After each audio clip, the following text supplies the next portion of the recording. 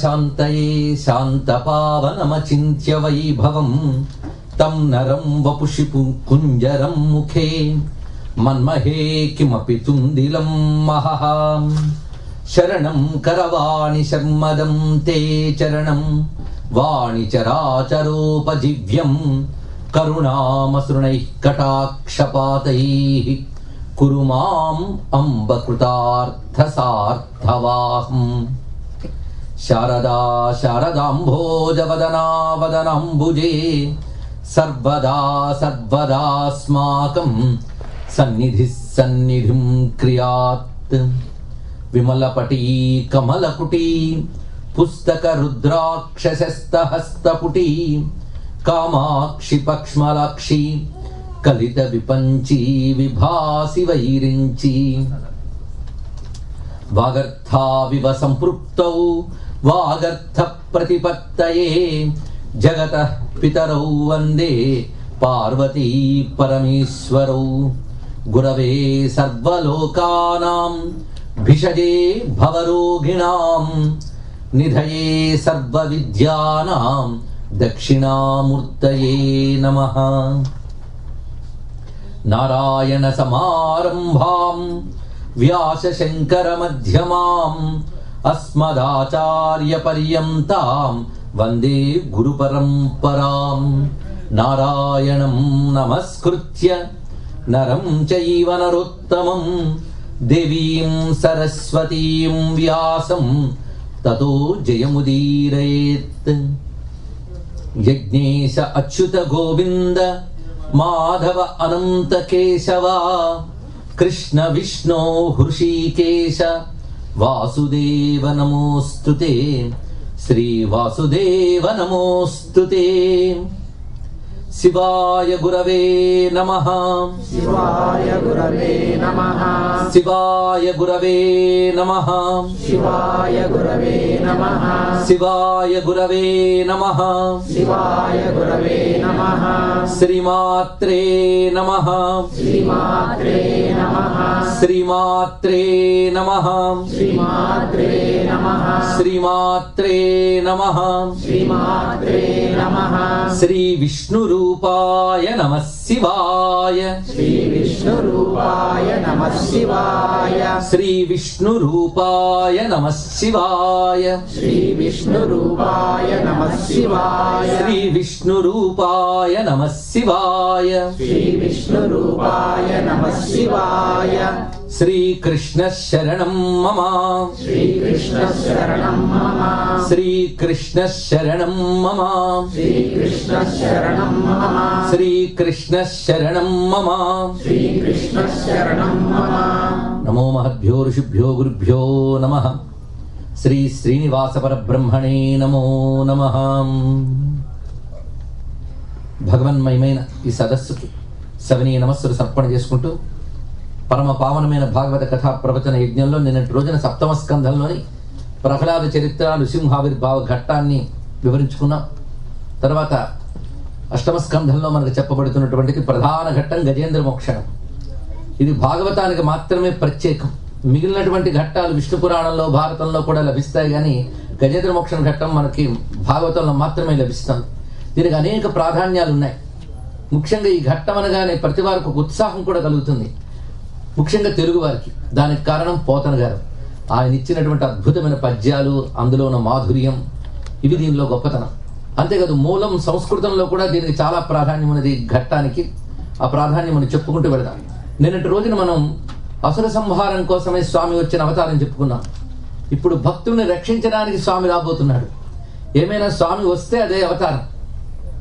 అక్కడ కూడా ఒక విధంగా శిక్షణ రూపంలో రక్షణ ఇచ్చాడు ఆయన.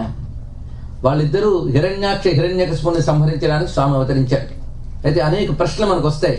మనకే ప్రశ్నలు వస్తాయో ముందే ఊహించాడు వ్యాసుడు. అందుకే పరీక్షిత్ మహారాజు గొప్ప ప్రశ్న వేస్తాడు. భగవత్ సృష్టే కదా ఈ ప్రపంచం అంతా. కూడా అందులో కొందరు రాక్షసులను సృష్టించి వాళ్ళచే దుర్మార్గాలు చేయించి తిరిగి వాళ్ళని శిక్షించి ఎందుకు ఇందుకు కథలు నడపాలి అని అడిగాడండి. చాలా మందికి వచ్చే ప్రశ్న ఇది.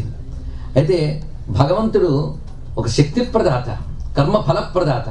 అంతేగాని ప్రతి దుర్మార్గ బుద్ధి ఆయన చేయిస్తాడని చెప్పడానికి వీల్లేదు. ఇక్కడ మనం చెప్పుకున్నాం, వర్షం పడుతుంది, అనేక రకాల వృక్షాలు వస్తాయి. అందులో చేదు ఫలాల వృక్షాలు కొన్ని, ముళ్ళ చెట్లు కొన్ని వస్తాయి.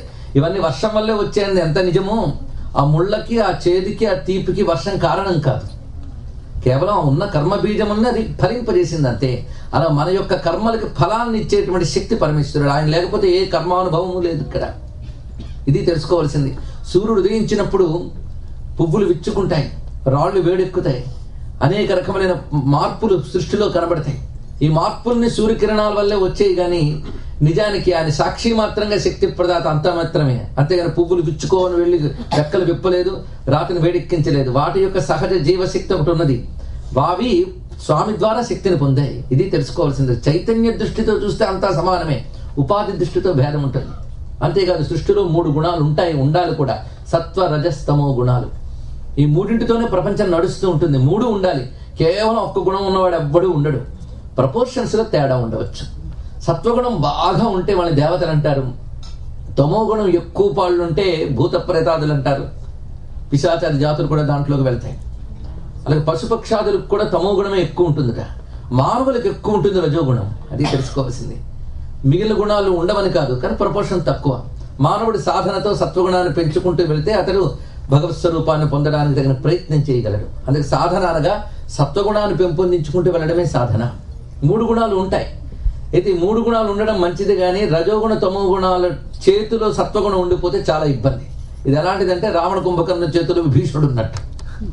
పాపం లంకలో విభీషణుడు ఉన్నాడు, కానీ డామినేషన్ మాత్రం అన్నలిద్దరిది. వాళ్ళే రజోగుణం తమో గుణం. మొత్తం ఈ 3 గుణాలు అర్థం చేసుకుంటే పురాణాలన్నీ అర్థమైపోతాయి. ఎప్పుడు రాక్షసులు జంటలే.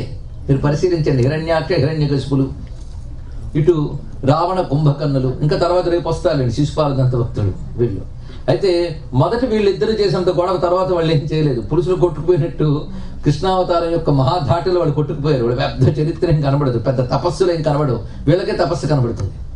మొన్న ఎవరో అడిగారు, ఏమంటే కృతయుగం చాలా గొప్ప యుగం అంటారు కదా, మరి అప్పుడు కూడా హిరణ్యాక్ష హిరణ్యకశిపులు ఉన్నారంటే అధర్మం అప్పుడు కూడా ఉన్నట్టు కదండి అని.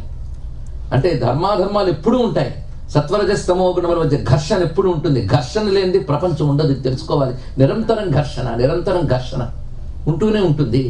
ఘర్షణ ఎప్పుడు ఉండదయ్యా అంటే ప్రళయంలో ఉండదు. మన నిద్దట్లో చాలా మంచివాళ్ళం. అలాగా ప్రళయంలో ఘర్షణలే ఉండవు. మెలకు వస్తే తెలుస్తుంది ఎవడు ఎలాంటి వాడు. అలా ప్రళయ కాలంలో అన్ని బీజ దశలు ఉంటాయి, తిరిగి ఉత్పత్తి కాలంలో వెలికి వస్తూ ఉంటాయి. ఇది తెలుసుకోవాల్సిన ప్రధానమైన అంశం. ఇక్కడ సృష్టిలో ఘర్షణ ఉంటుంది. అయితే అది కృతయుగంలో జరిగిన ఘట్టాలు కొద్ది భాగం కొంతసేపే. అది మొత్తం ప్రపంచమంతా అధర్మం అవలేదు. కలియుగంలో అలా కాదు. మానవులు కూడా అధర్మపూరితులు అవుతారు.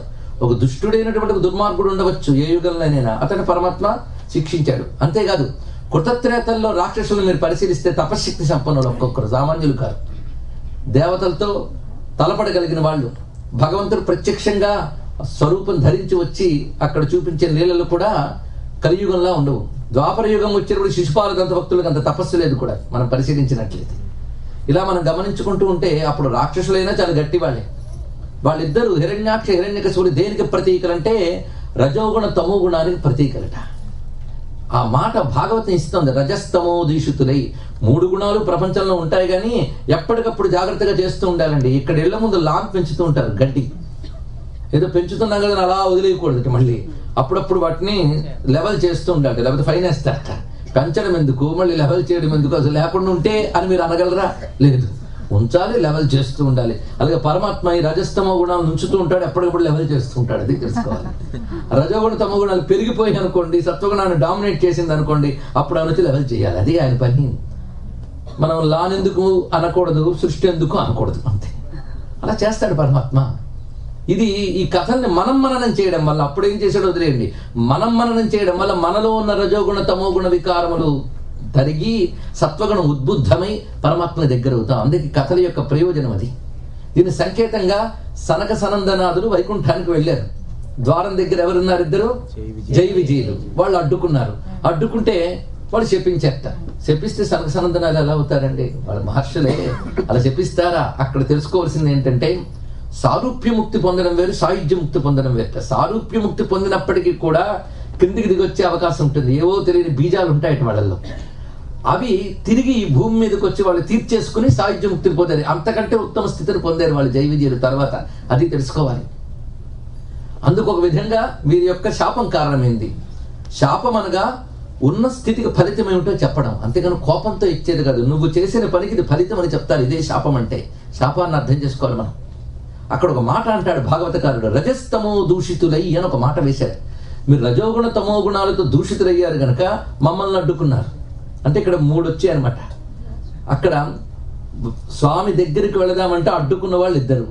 ఇప్పుడు అర్థం చేసుకోండి, మన హృదయంలోకి వెళ్ళబోతుంటే అడ్డుకున్న వాళ్ళు 2. ఎవరు వాళ్ళు? రజోగుణం తమోగుణం. వెళ్ళడానికి సిద్ధమైన వాళ్ళు కేవల సత్వగుణ సంపన్నులైన సనక సనందనాథులు. కనుక సనక సనందనాథులను అడ్డుకున్నది రజోగుణం తమోగుణం. రజోగుణ తమోగుణం ఉన్నంత కాలం భగవంతుని చేరలేరు, చేరనివ్వలేరు. ఇది తెలుసుకోవాల్సింది. అందుకే రజోగుణ తమోగుణ వికారములతో ఉన్నటువంటి వారు తిరిగి భూమి యందు ఉద్భవించి దానిని శుభ్రం చేసేసుకుని మళ్ళీ పరమాత్మ యందు చేరారు. ఇది ఆ కథలో ఉన్న భావం. కనుకనే అక్కడ వైకుంఠం అంటే హృదయమే, రజోగుణ తమోగుణాలే జై విజయులు. వాళ్ళని దాటి వెళ్ళవలసిన సత్వగుణమే సనక సనందనాథులు. ఇది పరిశీలించవలసిన మరొక అంశం. ఇక్కడ విశేషం ఏంటంటే సైకలాజికల్ అంశములు కూడా అనేకం సైకాలజీ పురాణాల్లో చాలా కనబడుతుందండి. ఎవరైనా రీసెర్చ్ చేయదలుచుకుంటే పురాణాలు బోల్డ్ అంత సబ్జెక్ట్ మెటీరియల్ ఇస్తుంది. సైకాలజీ చూడండి, వాళ్ళు ప్రేమ మార్గంతో అయితే 7 జన్మలు, వైర మార్గంలో అయితే 3 జన్మలు. అంటే వాడు 3 జన్మలు ఎంచుకున్నట్టు, ఎందుకు తొందరగా వెళ్ళిపోదామని. అవునా లేదా? ఎందుకు? ఇది ఎంత సైకాలజీ చూడండి. ఎందుకంటే నెగిటివ్ థాట్ కొన్ని ఇంపాక్ట్ పాజిటివ్ థాట్ ఉండదు. ఎవరైనా మనల్ని ప్రేమగా రోజు పలకరిస్తూ ఉంటే మనం సంతోషిస్తూ ఉంటాం. వాడు ఎప్పుడు నేను తిట్టాడు అనుకోండి కోపంగా, రాత్రి నిద్ర పట్టదు. వాడు ఎందుకు అలా తిట్టుంటాడు, వాడు ఎందుకు అలా చేసి ఉంటాడు, అది చూపించినంత ప్రభావం అంతవరకు చూపించిన ప్రేమ చూపించచ్చు. చూడండి, దానికి ఉంటుంది కానీ స్లో. అంత చక్కగా చెప్పాడు. దీనికి చాలా తీవ్రం అనమాట. తీవ్రమైన స్వభావం ఏర్పడితే తీవ్రత వల్ల భావం పెరిగిపోతుంది. భావం పెరగడంతో ధ్యానం కుదురుతుంది. ధ్యానం కుదిరితే పరమాత్మ చేరడం సులభంట. అందుకు ఒక ఆయన మధ్య ప్రవచనం చెప్తుండే పెద్ద ఆయనతో అన్నట్ట, నేను అందుకే భగవంతుని ద్వేషించడమని స్కీమ్ పెట్టుకున్నానండి. ఎందుకంటే తొందరగా ద్వేషించిస్తే ఆయన దిగొస్తాడు. నువ్వు ద్వేషం పెట్టుకుంటే ఆయన దిగి రావాల్సింది ఎక్కర్లేదు, నేను చూడాలన్నట్టు ఆయన మా చాలా గొప్ప మాట. ద్వేష మార్గంతో వెళ్ళాలన్నా అది ధ్యాన స్థితికి వెళ్ళాలండి. కొందరు భగవద్వేషులు చాలా కనబడుతూ ఉంటారు, కానీ ఆయన్నే నిరంతరం తలచుకునేటంత భావం పెరిగితే చాలు. ఇక్కడ అదొక ప్రత్యేక అంశం. అందుకే హిరణ్యకశిపుడి కథలో మనం తెలుసుకోవాల్సింది ఏంటంటే, భగవంతుడు ఎవరిని అనుగ్రహించాడు నిజాన్ని గట్టిగా ఆలోచిస్తే బయటకు ప్రహ్లాదుడు కనబడుతుంది, ప్రహ్లాద వరద అనాలి. కానీ హిరణ్యకశిపు వరదుడు ఆయన. హిరణ్యకశిపుడు అంత ప్రేమ కాకపోతే తను మర్చిపోనివ్వకుండా వాళ్ళ ఇంట్లో పిల్లాన్ని పెట్టాడు. ఏదో తన ధ్యాసలో తను పడిపోకుండా వీడు కూడా పట్టుకున్నాడు. వాడికి ఇంకేం పట్టలేదు. అన్ని ముల్లోకాల రాజ్యం, రాజ్యాంగం, పాలన ఏమీ పట్టలేదు. ఈ పిల్లాడు విష్ణు భజన ఎప్పుడు మాంతాడా అనే చింతన. అందులో విష్ణు చింతన చేయకంటే విష్ణు అని చింతన చేస్తున్నాడు. అలా పెట్టేట. అందుకే నేను అక్కడ వెతికాను, విష్ణువు కనబడలేదయ్యా అన్నాడు. విష్ణువు లక్ష్మీదేవితో చెప్పేట, వాడిని ఎక్కడ కనబడలేదు అంటున్నాడు. వాడిని ఎక్కడ పెడితే అక్కడ వెతుకుతున్నాడు కనుక వాడికి కనబడకుండా వాడు హృదయంలో దాక్కున్నాను. నేను అక్కడ తప్ప అంతా వెతుకుతారన్నాడు. అక్కడ వెతకలేదు వాడు. ఎన్ని అందమైన భావాలు ఉంటాయండి హిరణ్యకశిపుడి గాథలో. మొత్తానికి పరమాత్మ వాడి మీద దయ్యా నిరంతర భావన వాడికి పెట్టాడు, భావనా యోగం అందించాడు. ఇది ఆ తత్వం తెలుసుకోవాల్సిన అవసరం అనుకున్నది. అందుకు కృతయుగంలో ఒక అసుర సంహార గాథ కనబడగానే కృతయుగం అంతా రాక్షసమై అనుకోవద్దు. అదొక ఫేజ్. అంత కొంతమంది మాత్రమే ఉండొచ్చు. అప్పుడు శాతం తక్కువ. ఎప్పుడు పూర్తి ధర్మం, ఎప్పుడు పూర్తి అధర్మం ఉండదు. ప్రపోర్షన్స్, అనుపాతాల్లో తేడా ఉంటుంది అంతే. కృతయుగంలో ధర్మం యొక్క బలమే సంపూర్ణం. అది తెలుసుకోవాల్సిన అంశం ఇది. ఇప్పుడు మనం భగవంతుడు అనుగ్రహించే నెలలోకి వెళుతూ ఉన్నాం. ఇది గజేంద్ర మోక్షణ ఘట్టం. నిన్నటి దానికి ఈ విషయం చెప్పుకోకపోతే మన సంపూర్ణమైన అవతార గాథలు అర్థం కావని మనం మళ్ళీ వెనక్కి వెళ్ళి చెప్పుకున్నాం. ఇప్పుడు ముందుకు వెళదాం. గజేంద్రుడు. ఈ గజేంద్రుడు గాథ అందరికీ తెలుసు. అదే పెద్ద ప్రమాదం. తెలుసు అనగానే మనం అదే తెలిసిందే అనుకుంటూ ఉంటాం. ప్రసిద్ధిలో ఉన్నది వేరు, అసలు అక్కడ ఉన్న అంశం వేరు. అది తెలుసుకునే ప్రయత్నం చేద్దాం. అందుకే తెలియనివి చెప్తే ఒక ప్రమాదం, అసలు ఏమీ తెలియని చెప్తే అదొక పూర్తి న్యూ అవగానే ఆస్వాదించారు. బాగా తెలిసింది చెప్తే తెలిసిందే నేను అంటాం, అది ప్రమాదం. అందుకు మనం తెలిసి తెలియంది చెప్పాలి, లేదా తెలిసిన దాంట్లో తెలుసుకోవాల్సింది చెప్పాలి. ఇప్పుడు ఈ గజేంద్రుడు కథలో ప్రధానంగా మనకు తెలిసి ఏంటంటే, అతడు చాలా ఒక కాసారంలోకి దిగాడు, మొసలు పట్టింది, దుఃఖించాడు. అప్పుడు పరమాత్మ దిగి వచ్చాడు, తన చక్రంతో మొసలిని నరికి వేశాడు. గజేంద్రుడు దుఃఖం నుంచి బయటపడ్డాడు. నిజానికి భగవద్ రక్షణ చక్కగా పొందాడు. ఇది మనకు తెలిసింది. ఇదే అయితే గజేంద్ర మోక్షం అని చెప్పుకోనక్కర్లేదు. దీనిలో అసలు ప్రధానంగా ఎన్నో ఉన్నాయి. గజేంద్ర మోక్ష ఘట్టానికి ఉన్న ప్రాధాన్యం తర్వాత వివరణలో మనకు అలుగు తెలుస్తుంది. ఇది జరిగిన కథ ఎక్కడ జరిగిందంటే భూమి యందు జరిగిందని భాగవతం వర్ణించలేదు. క్షీర సముద్రం అంట, అక్కడ త్రికూట పర్వతం అంట, అక్కడ జరిగింది. అంటే దాని లెవెల్ వేరు, ఆ స్థానం వేరు. అది అక్కడ జరిగినటువంటి గాథ. ఎందుకంటే అది ముందు ఒప్పుకుంటేనే ఇక్కడ ఉన్న అనేక అద్భుతాలను అంగీకరించగలమని. ఒకప్పుడు ఈ గజేంద్రుడు తన తోటి ఏనుగులతో, ఆడ ఏనుగులతో కలిసి తిరుగుతున్నాడు. ఇద్దరు ఏనుగుల్లో ఏనుగు కాదు, ఏనుగులకు రాజు. అది తెలుసుకోవాల్సింది. అంటే ఎంత ప్రాధాన్యం ఉన్నదో చూడండి. సృష్టిలో ఎక్కడున్నా గొప్పగా ఉండడం గొప్పది. అందుకు సమానానాం ఉత్తమ శ్లోకోస్తు అని వేదం చెప్తోంది. అది ఉన్న వాళ్ళలో గొప్పవాడిగా ఉండాలి, కానీ గజాల్లో గజంగా కాకుండా గజాల్లో గజేంద్రుడిగా ఉండాలి. ఇంద్ర శబ్దమే రాజుని శ్రేష్ఠత్వాన్ని తెలియజేస్తుంది కనుక ఈ గజేంద్రుడు ఒకప్పుడు ఆడ ఏనుగులతో, మంత్రి సామంతాది గజములతో కలిసి అడవులో విహరిస్తూ వెళ్తూ ఉన్నట్ట. అనేక రకాల వృక్షాలు ఉన్నాయని వర్ణిస్తున్నారు ఆ అరణ్యాన్ని. అది మరియును మాతులుంగ లవంగ లుంగ చూత కేతకి భల్లాత కామ్రాతక సరళ బదరి పనస వకుళ వంజుల వటకుటజ కుంద కురవక కోవిదార ఖర్జూర నారికేల సింధువార పిచుమంద మందార జంబూ జంబీర మాధవి మధుక తాళ తక్కోల తమాల హింతాల రసాల సాల ప్రియాళు బిల్వామలక క్రముక కదంబ కరవీర కదలి కపిత్త కాంచన కందరాల శింసుప అశోక నాగ పున్నాగ చంపక శతపత్ర మరువక మల్లిక మతల్లికాది ప్రముఖ అని మొదలు పెడతారు. ఎన్ని చెట్లు పేర్లు చెప్పారో తెలుసా? 54 చెట్ల పేర్లు చెప్పాడు. 54 చెట్లు ఉన్నాయి ఇక్కడ. ఎంత బొటనీ ఉందో. మొన్న మధ్య జాన్ హాప్కిన్స్ దగ్గర బాల్టిమోర్ యూనివర్సిటీలో తెలుగు ఆయన దీన్ని ఆధారం చేసుకుని ఒక్కొక్క చెట్టు, దానికి బొటానికల్ గా ఉన్నటువంటి పేరు, అవన్నీ చాలా రాశారు. మన పురాణాల్లో ప్రకృతి గురించి చాలా గొప్పగా చెప్పారు. మన పాపం పిల్లల్ని కూడా పచ్చని చెట్టు చూపించాం. వాళ్ళ కారులో కూర్చున్నా వాళ్ళు ఎలా చూసుకుంటూ ఉంటారు, చుట్టూ వాళ్ళు చూడలేదు. ప్రకృతితో టచ్ పోతుంది. ఎవరైనా చక్కగా ఆరు బయట కూర్చొని కబుర్లు చెప్పుకొని కుటుంబాలు పోయాయి. వాడు వచ్చేటప్పుడు వీడు టీవీ చూస్తుంటాడు. వచ్చావు కూర్చో, మధ్యలో కావాలా, సరే ఇద్దరు టీవీలో లేదు. ప్రకృతితో ఎక్కడ అనుబంధం అండి? చెట్టు పుట్టతో అనుబంధం ఉండాలి. ఈ వనానికి ఒక ప్రాధాన్యం ఉన్నది, ఈ చెట్లు పేర్లు విన్న ఒక ప్రాధాన్యం ఉన్నది.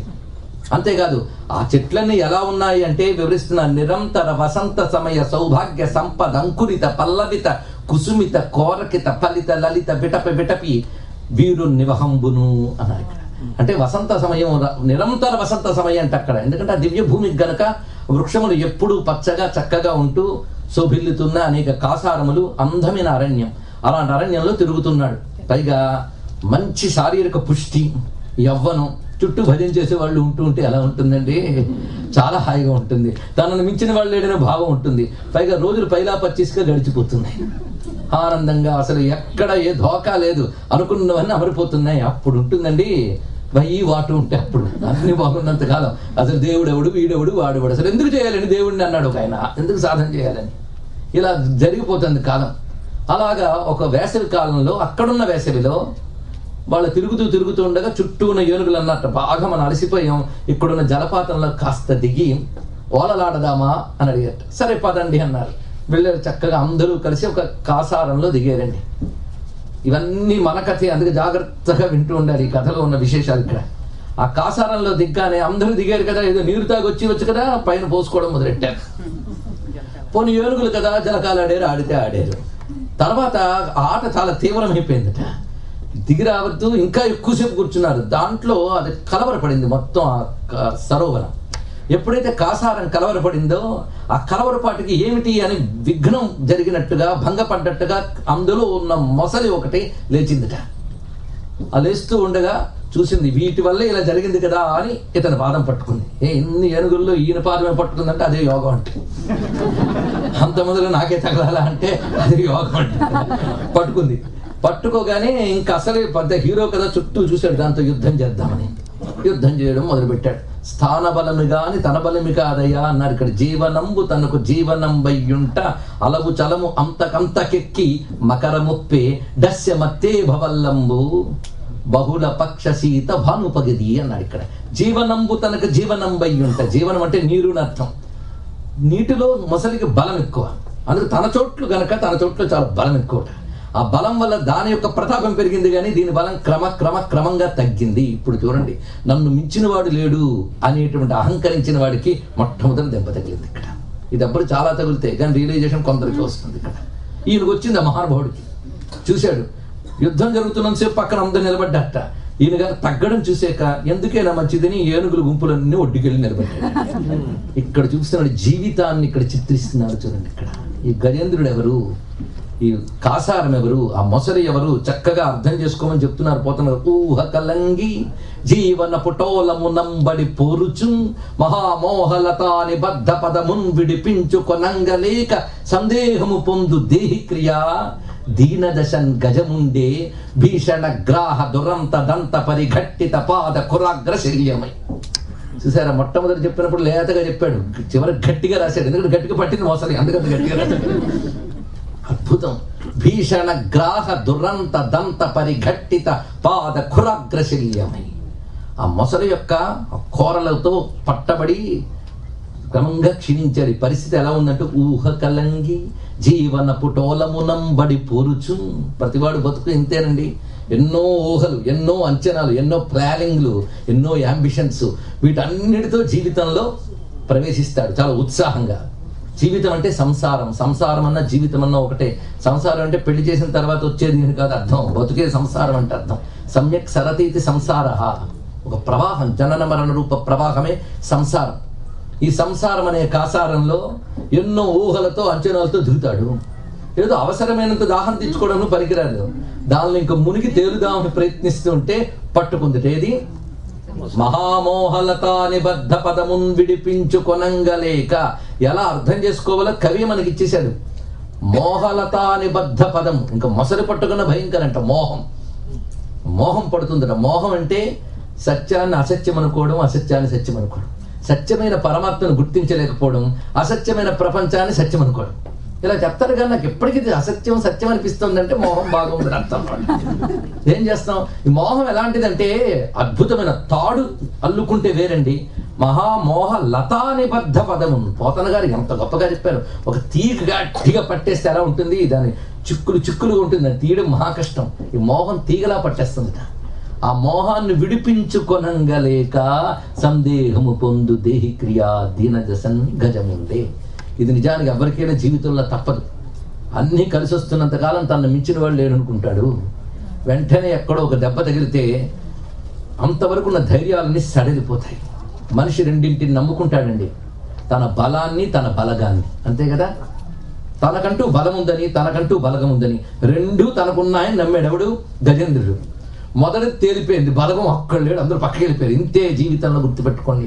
మన దగ్గర అన్ని ఆడుతున్నంతకాలం చుట్టూ అందరూ నువ్వు ఇంద్రుడివి చంద్రుడివి, నిన్ను విడిచి నేను పోలేను పాటలు ఇవన్నీ ఉంటాయి ఉన్నంతకాలం. అంతే. తర్వాత గతవతి వాయో దేహాపాయ చెప్తున్నాడు. యావత్ విత్తోపర్జన సక్త తావన్ నిజ పరివారో రక్త. సన్యాసుడి సంసార జీవితం ఎంత భయంకరమో సన్యాసి చెప్పాడండి మహానుభావుడు. అని సంసార అనుభవం ఏమిటి, వాళ్ళకి అనుభవం ఎందుకు దర్శించాలి, అందుకు గొప్పగా చెప్తున్నాడు. యావత్ విత్తోపర్జన సక్త తావన్ నిజ పరివారో రక్త పశ్చాజ్జీవతి జర్జర దేహే వార్తాంకోపిన పృచ్ఛతి గేహే అన్నాడు మహానుభావుడు. సత్యం. కానీ మనం దీన్ని డైజెస్ట్ చేసుకోవడం భయపడి వేదాంతం చెప్తాంలేండి అంటాం. కానీ అసత్యం అని పక్కకి తీయట్లేదు, వేదాంతం అని పక్కకు వస్తున్నాం. ఎప్పుడో మన నెత్తి మీద పెడితే అప్పుడు అర్థమవుతుంది. అప్పుడు కూడా అర్థమవుతుందని గ్యారంటీ లేదు. బాగుపడే యోగం ఉంటే అర్థమవుతుంది. మొత్తానికి నీలో బలం క్షీణించింది, బలగం ముందే పోయింది, బలం క్షీణించింది. తనవారు అనుకున్న బలగం పోయింది, తనది అనుకున్న బలము క్షీణించింది. ఇది పరిస్థితి అన్నమాట. బలగం బలం రెండు క్షీణించే ఎప్పుడో ఆలోచిస్తున్నాడు. ఈ స్థితి వచ్చినప్పుడు కొంచెం మనం ఆలోచించాలండి. అప్పుడు ఇంట్లో వాళ్ళు వచ్చి ఎలా ఉన్నారని అడగరు, ఇంకా ఉన్నారా అని అడుగుతూ ఉంటారు. చాలా పరిస్థితి అలాంటి దుస్థితి. ఇక్కడ గ్రహించవలసింది ఇందులో గొప్ప పరమసత్యం ఉంది. మనం అసత్యాన్ని సత్యం అని భ్రాంతి పడుతూ ఎవడైతే సత్యం చెప్పబడుతున్నా పక్కకు తోచేస్తూ బతికేస్తూ ఉంటాం, వాటిలో కొట్టుకుపోతూ ఉంటాం. అందుకే బేసిక్గా మనిషి అనేవాడు, జీవుడు అనేవాడు ఒంటరే. ఇది తెలుసుకోవాలి. వాడు ఒంటరే. మమ భ్రాంతి ఒప్పుకోవాల్సిందే. నాది బలం, అది భ్రాంతే. కనుక ఆ ఒంటరితనాన్ని అంగీకరించాలండి ముందు. అది తెలుసుకోవాల్సింది. ఎవడితో ఎవడు ఎక్కడికి తెలుసుకోవాలి. ఎవరి కోసం ఇన్ని చేస్తున్నాం, ఇది ఆలోచించవలసిన గొప్ప అంశం.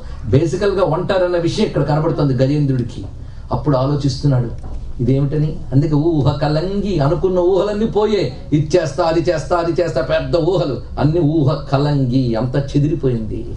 జీవన పుటోలమునంబడి పోరుచున్ మహామోహలతా నిబద్ధ పదమున్ విడిపించుకొనంగలేక సందేహం పొందు దేహిక్రియన్. అలా ఉన్నట్ట మహానుభావుడు. ఆ తర్వాత ఆలోచిస్తున్నాడు ఎలాంటి గతి ఎలా అయింది, ఇక్కడ అసలు ఎందుకు రావాలి, వచ్చారనుకో ఏదో నీళ్లు తాగిపోకుండా ఎందుకు ఆడుకోవాలి? ఈ ఆటకు ఎంకరేజ్ చేసింది ఎవరు? వీళ్ళే. దించింది వాళ్ళే, ఆడింది వాళ్ళే, దెబ్బలగిలే పక్కకు పోయారు. అంతే. అందరూ కలిసి సంసారం అనే కాసారంలో దించుతారు. మోహం అనే మొసలతో పోరాడుతూ ఓడిపోయి క్షీణించాక ఒక్కడిని దగ్గర ఉన్నాడు. ఇది మొత్తం చూపిస్తున్నాడు. అద్భుతమైన ప్రతీకని ఇక్కడ చూపిస్తున్నాడు చూడండి. పైగా ఆలోచిస్తున్నాడు ఎటువంటి స్థితి అలాగొచ్చింది. ఏ రూపంబున దీని గెల్తూ ఇక మీదే వేల్పు చింతింతు ఎవ్వారింజీరుదురెవ్వరడ్డమిక ఇవ్వారి ప్రచారోత్తమను వారింపంగల వారలెవ్వరు. ఎంత అందమైన తెలుగండి. ఆ వారి అనే మాటని పట్టుకుని ఎలా ఆడుకున్నారో చూడండి పోతన గారు. వారి అంటే సంస్కృతంలో జలము, వాటర్. వారి ఆలోచించుకోండి. కనుక వారి అంటే జలము, వారు వారు అంటే మనకు ఎలాగో తెలుసు. అందుకే ఈ వారి ప్రచారోత్తమను వారింపంగల, వారించుటంటే అడ్డుకొనుట, వారితో ఎంత. ఈ వారి ప్రచారోత్తమను వారింపంగల వారలెవ్వరు. కృపా వ్యాపార పారాయణులు లేరే దిక్కుమాలిన మొరాలింపన్ ప్రపుణ్యాత్మకులు. ఎవడు దిక్కు? నిన్న ప్రహ్లాదుడు చెప్పింది తెలుసుకోవాలి. అందుకు ఒకటి పట్టుకుని మరొక దాంట్లోకి వెళ్ళిపోవాలి. ఎప్పటిదప్పుడేనండి, ఎవరు ఫ్రెష్ అనకూడదండి. నిన్నటి జాగ్రత్తగా తీసుకుని వాళ్ళు దానికి వెళితే బలయుతులకు దుర్బలులకు దిక్కెవ్వరు నీకు నాకు ఇవన్నీ కూడా మనకి స్పష్టమవుతాయి. అందుకు దిక్కుమాలిన మొరాలింపన్ ప్రపుణ్యాత్మకులు. పైగా హాయిగా ఉండకుండా ఇక్కడ ఎందుకు వచ్చానంటున్నాడు. ఇది ఒక అద్భుతమైన పద్యం. నానానేకపయూధముల్ వనములోనన్ పెద్ద కాలంబు సన్మానింపన్ దశలక్ష కోటి కరణీనాధుండనయ్యుండి మద్దానాంభ పరిపుష్ట చందన లతాంత ఛాయలందుండలేక ఈ నీరాస ఇటేల వచ్చితి భయం బెట్లు కదే ఈశ్వర. ఇది ఇంకా మనస్సులో వివేచన అండి చేస్తున్నాడు. ఇంకా శరణాగతిలోకి వెళ్ళలేదు. విచక్షణలో ఉన్నాడు. వివేచన, వివేకం. వివేకం అది ముందు వివేకం ఉండాలి, తర్వాత జ్ఞానం వస్తుందట. ఆ విచక్షణ వివేచన చేస్తున్నాడు లోపల. నానానేక పయూధములు, నా బతుకు ఎంత హాయిగా ఉండేది. అనేక ఏనుగులు నన్ను సేవించుకుంటూ ఉంటే 10,00,00,000 కరణీనాథుండనయ్యుండి, 10,00,00,000 10 లక్షల కోట్ల ఆడ ఏనుగులు గుంపుతో హాయిగా ఉండేవాడిని. ఎందుకు ఇది ఏమండి? 10 లక్షల కోట్ల ఆడ ఏనుగుల దేశం జనాభా కూడా అంత ఉండదు అన్నాడు ఒక ఆయన. అందుకే చెప్పుకునేది భూమి ఏం జరిగింది కాదు, ఇక్కడ అక్కడ ఈ లెక్కలు ఉండొచ్చు. అంతేకాదు 10,00,00,000 కరణీనాథుడు మన కథే. ఇది ఆలోచించవలసిన గొప్ప విషయం. గజేంద్రుడు అంటే ఏమిటి? ముందు వాడిని చూడండి. ఏనుగుకి గర్వించడానికి సబ్జెక్ట్ ఏంటండి? గట్టిగా చెప్పుకోవాలంటే బాడీ.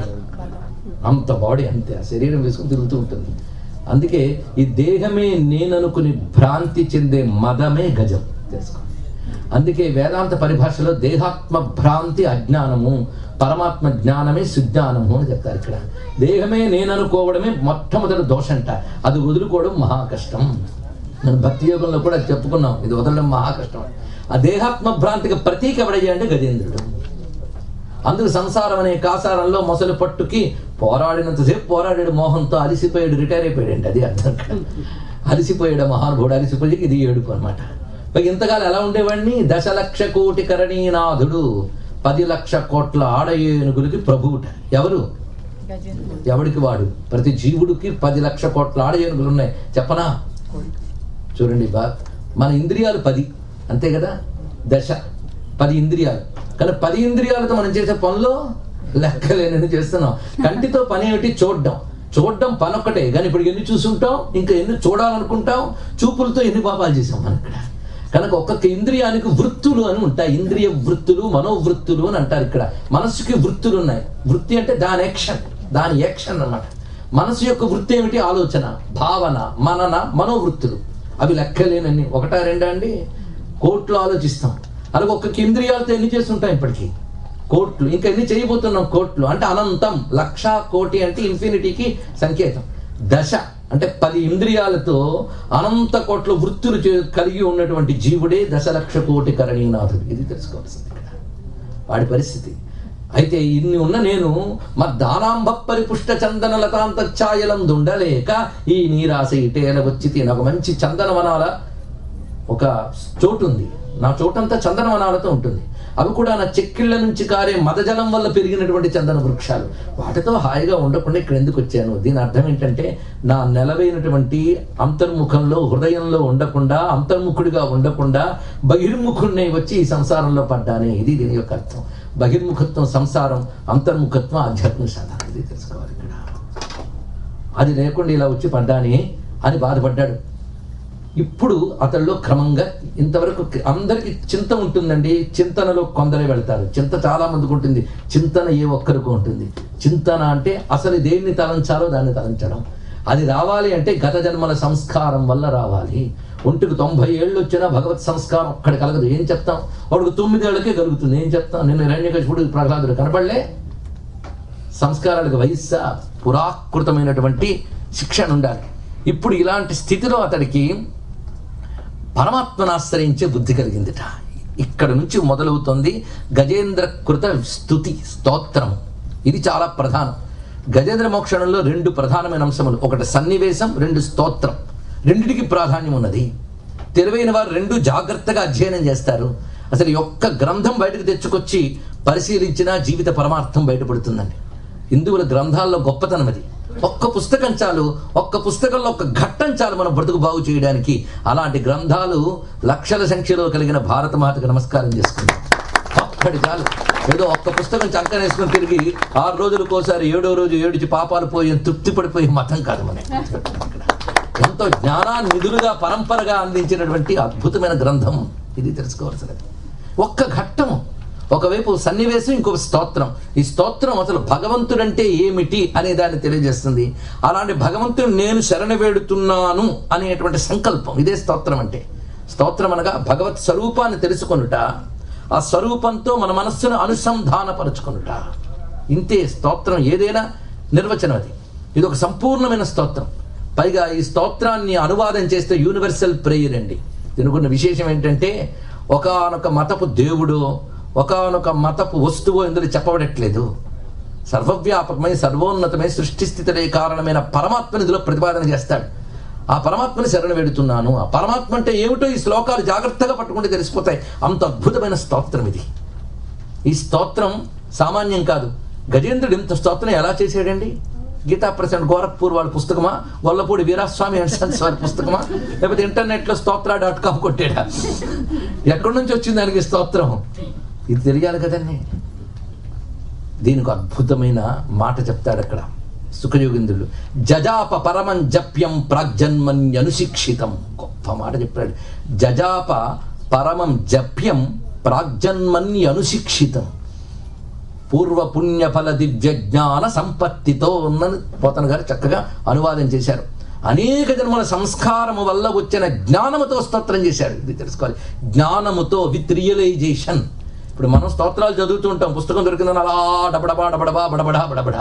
దానికి అర్థం చెప్పబోతే ఆవలిస్తాం. ఎందుకంటే మనకు అర్థాలు ఎందుకు కావాలండి? అది చదివితే వచ్చే అర్థాలు కావాలి మనకి. వాడు అర్థం మనకు అక్కర్లేదు, పరమార్థం అసలు అక్కర్లేదు. అవునా లేదా? అందుకే మన ఆధ్యాత్మిక ఎదుగుదల ఇంకా అక్కడే ఉంది. ఇది తెలుసుకోవాల్సింది. వాడు అర్థం తెలుసుకుంటే పరమాత్మ అర్థమైపోతాడు. అది తెలుసుకోవాల్సిన పరమార్థం. అది గజేంద్ర మోక్ష స్తోత్రం విశేషం ఏంటంటే జజాప పరమం జప్యం. ఈ పదం చూద్దాం. అంటే జపించవలసిన వాటన్నిటిలోకి ఏది గొప్పదో దాన్ని జపించట. సాధారణంగా స్తోత్రాన్ని జపించారంటారు, పఠించారంటారు. మంత్రాన్ని జపించారంటారు. ఇది తెలుసుకోవాలి. మంత్రము జపించవలసింది, స్తోత్రం పఠించవలసింది. అప్పుడు ఇక్కడ పపాఠో ప్రపాఠో ఏదో పెట్టి పాఠ్యం అనాలి, జప్యం అని ఎందుకు అన్నారు? ఇది ఆలోచించాలి. అంటే ఇది స్తోత్రం కాదు, మంత్రం. మంత్రం అంటే నిర్వచనం ఏమిటి? మంత్రానికి 2 నిర్వచనాలు ఉన్నాయి. ఒకటి మంత్రం అంటే ఏ శబ్దంలో శక్తి ఉంటుందో దానికి మంత్రం అని పేరు. దాన్ని ఉచ్చరించినంత మాత్రమే ఆ శక్తి మనల్ని రక్షిస్తుంది, అందులో సందేహం లేదు. 2 మననాత్రాయితే ఇది మంత్ర. మననం చేస్తే మనకి జ్ఞానం లభిస్తుంది, దానివల్ల మనం రక్షింపబడతాం. మననం చేసేవాడిని రక్షించేది మంత్రము. అందుకే మంత్రాన్ని మననం చేయాలి మాటి మాటికి. అప్పుడు అది మనల్ని అనుగ్రహిస్తుంది. మననం దేని పని? మనసు పనా, మాట పనా? మనస్సు పని. మననం మనస్సు పని. అదే మనస్సుతో తద్భావాన్ని నువ్వు మననం చేస్తే అది నేను రక్షిస్తుంది అయ్యా అన్నాడు ఇక్కడ. అందుకే ఇది మంత్రం, ఇది స్తోత్రం కాదు. అందుకే దీన్ని పఠించితే అర్థం తెలిసి ప్రయోజనం పొందడం తర్వాత, ముందు పఠించడం వల్ల, చెవిలో పడ్డం వల్ల వీటికి మంత్ర మహిమ ఉండి అనుగ్రహం లభిస్తుంది. అలాంటి స్తోత్రం. ఇలాంటి స్తోత్రం ప్రాగ్జన్మన్యనుశిక్షితం. పూర్వజన్మల సంస్కారం వల్ల పలికింది హఠాత్తుగా అతని నుంచి. ఇది సంపూర్ణమైన భగవద్ జ్ఞానంతో చేస్తున్నాడు. ఆ జ్ఞానం ఇతనికి ఎలా వచ్చిందయ్యా? ఒక్క మొసలి పట్టు అతన్ని రియలైజ్ చేసింది. అది తెలుసుకోవాలి ఇక్కడ. రియలైజేషన్. మొసలి పట్టు వల్ల జీవితం అంటే ఏమిటి అనేది బాగా అర్థమైంది. అర్థం అవడమే కాదు, పరమాత్మ అంటే ఏమిటో స్పష్టమైంది అతనికి. ఇప్పుడు నా బలం అని తిరిగాను, ఇప్పుడు ఆ బలం క్షీణించింది. బలం ఇచ్చిన వాడెవడు, బలం తీసిన వాడెవడు, అతడే అసలు బలం అని తెలుసుకున్నాడు. ఇది ఆలోచన. ఆ ఆలోచనలోకి వెళ్ళాడు. స్పష్టంగా అర్థమైంది పరమాత్మ అంటే ఏమిటో సంపూర్ణమైన జ్ఞానం ఈ స్తోత్రంలో ఉన్నది. అందుకే ఇంతవరకు సన్నివేశానికి ఒక బలం ఉంది, స్తోత్రానికి మరో బలం ఉంది. స్తోత్రం అంతా వ్యాఖ్యానించుకుంటే కనీసం రోజుకు 2 గంటల చొప్పున ఉదాహరణలు చెప్పకుండానే గ్రహించగలిగే శ్రోతలు కానీ కూర్చుంటే 3 రోజులు చెప్పుకోవచ్చండి. అంత విశేషమైన అంశం ఉంది. సర్వ ఉపనిషత్తుల సారం ఉంది ఇందులో. ఒక్క గ్రంథంలో ఉపనిషత్తుల సారం ఉంది. అందుకే పంచరత్న గీతలు అనే 5 గీతల్ని చెప్తారు. 5 గీతలు. భగవద్గీత ఒకటి. అంటే గీత అంటే ఏమిటి అది కూడా తెలియాలి కదా మనకి. గీత అంటే బ్రహ్మ విద్య, పరమాత్మ గురించి తెలియజేసే శాస్త్రానికి గీత అని పేరు. మనకు తెలిసి గీతలు 5 ఉన్నాయట, ప్రధాన గీతలు. ఎన్నో లెక్కలేని గీతలు ఉన్నాయి, కానీ ప్రధాన గీతలు ఏంటంటే మొదటిది భగవద్గీత, రెండవది విష్ణు శాస్త్రం. అంటే విష్ణు శాస్త్రం కూడా జ్ఞాన గ్రంథం, ఊరికైనా చదివేసేది కాదు, అర్థం తెలుసుకుని చేస్తే అది జ్ఞానమే ఇస్తుంది, కానీ అది గీతే.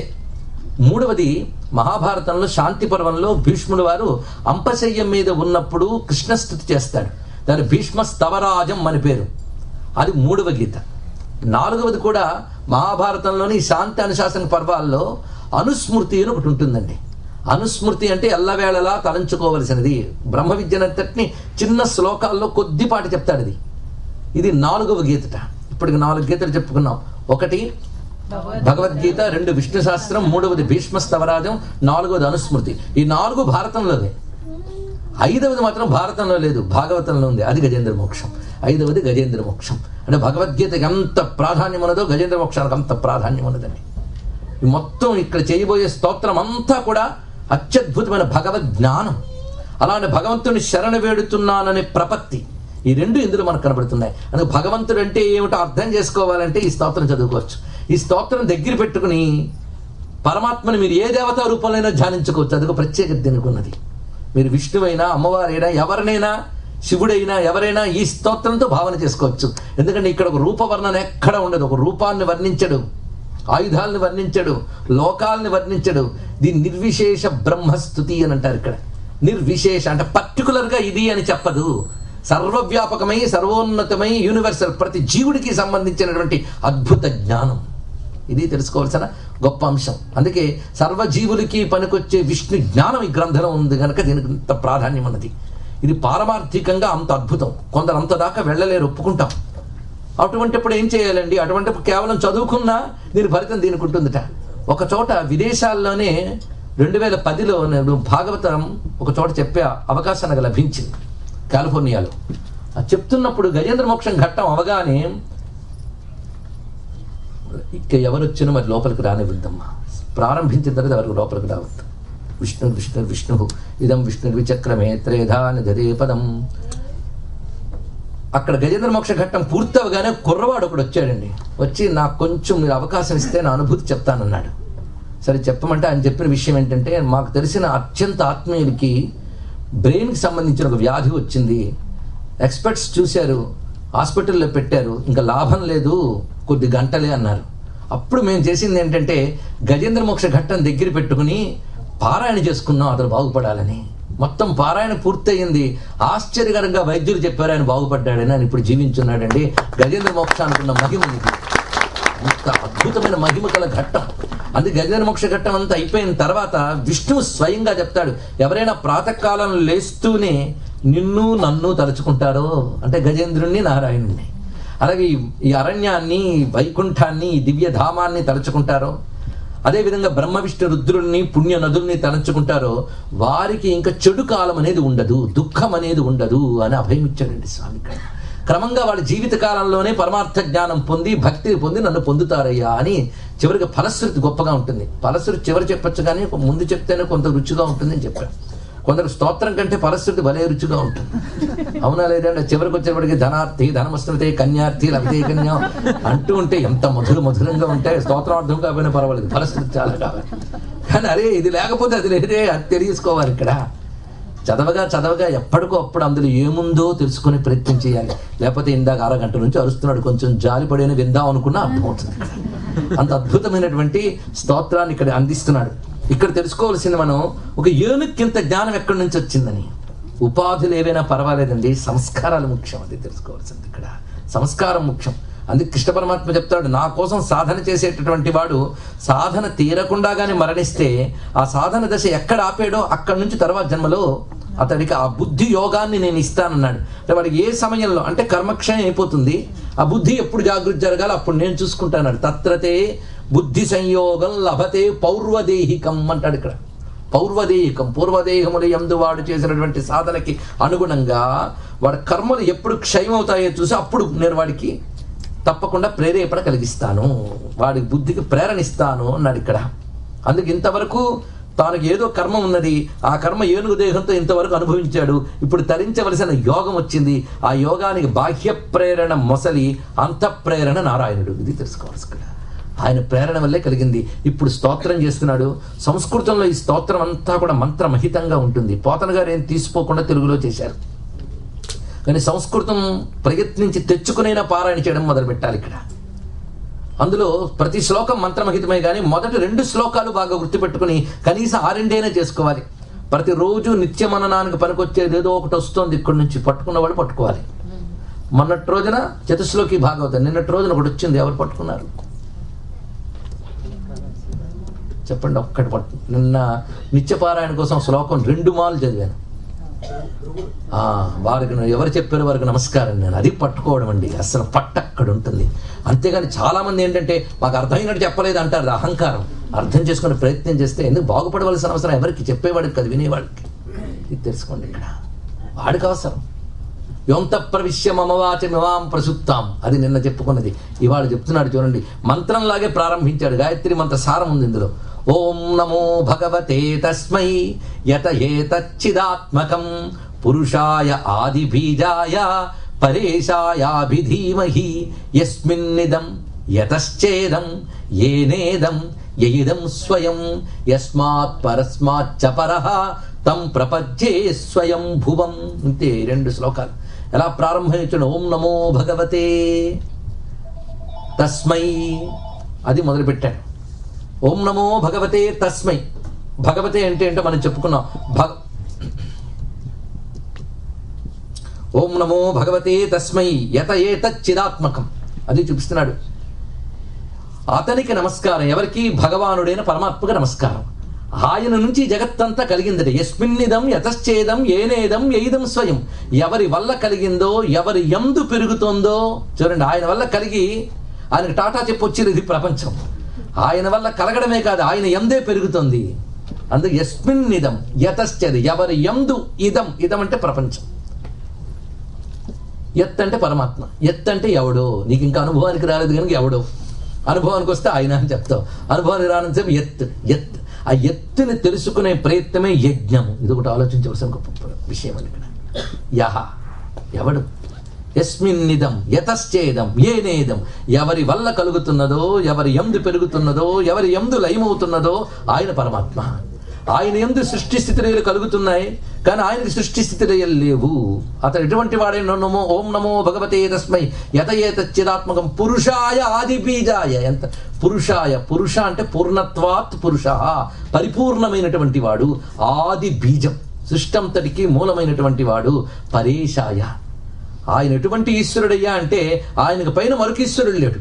ఈశ్వరుడు అంటే నియంత, నియామకుడు, నడిపేవాడు, అన్నిటినీ నడిపేవాడు ఆయన. ఆయన నడిపేవాడు ఎవడు లేడు. అందుకు పరేశాయ. అతన్ని అభిధీమహి, గాయత్రి మంత్రంలో ధీమహి, ఇక్కడ అభిధీమహి. అంత గొప్ప మాట. ధీమహి అంటే ధ్యానిస్తున్నాను, ఉపాసిస్తున్నాను. బుద్ధి పనండి.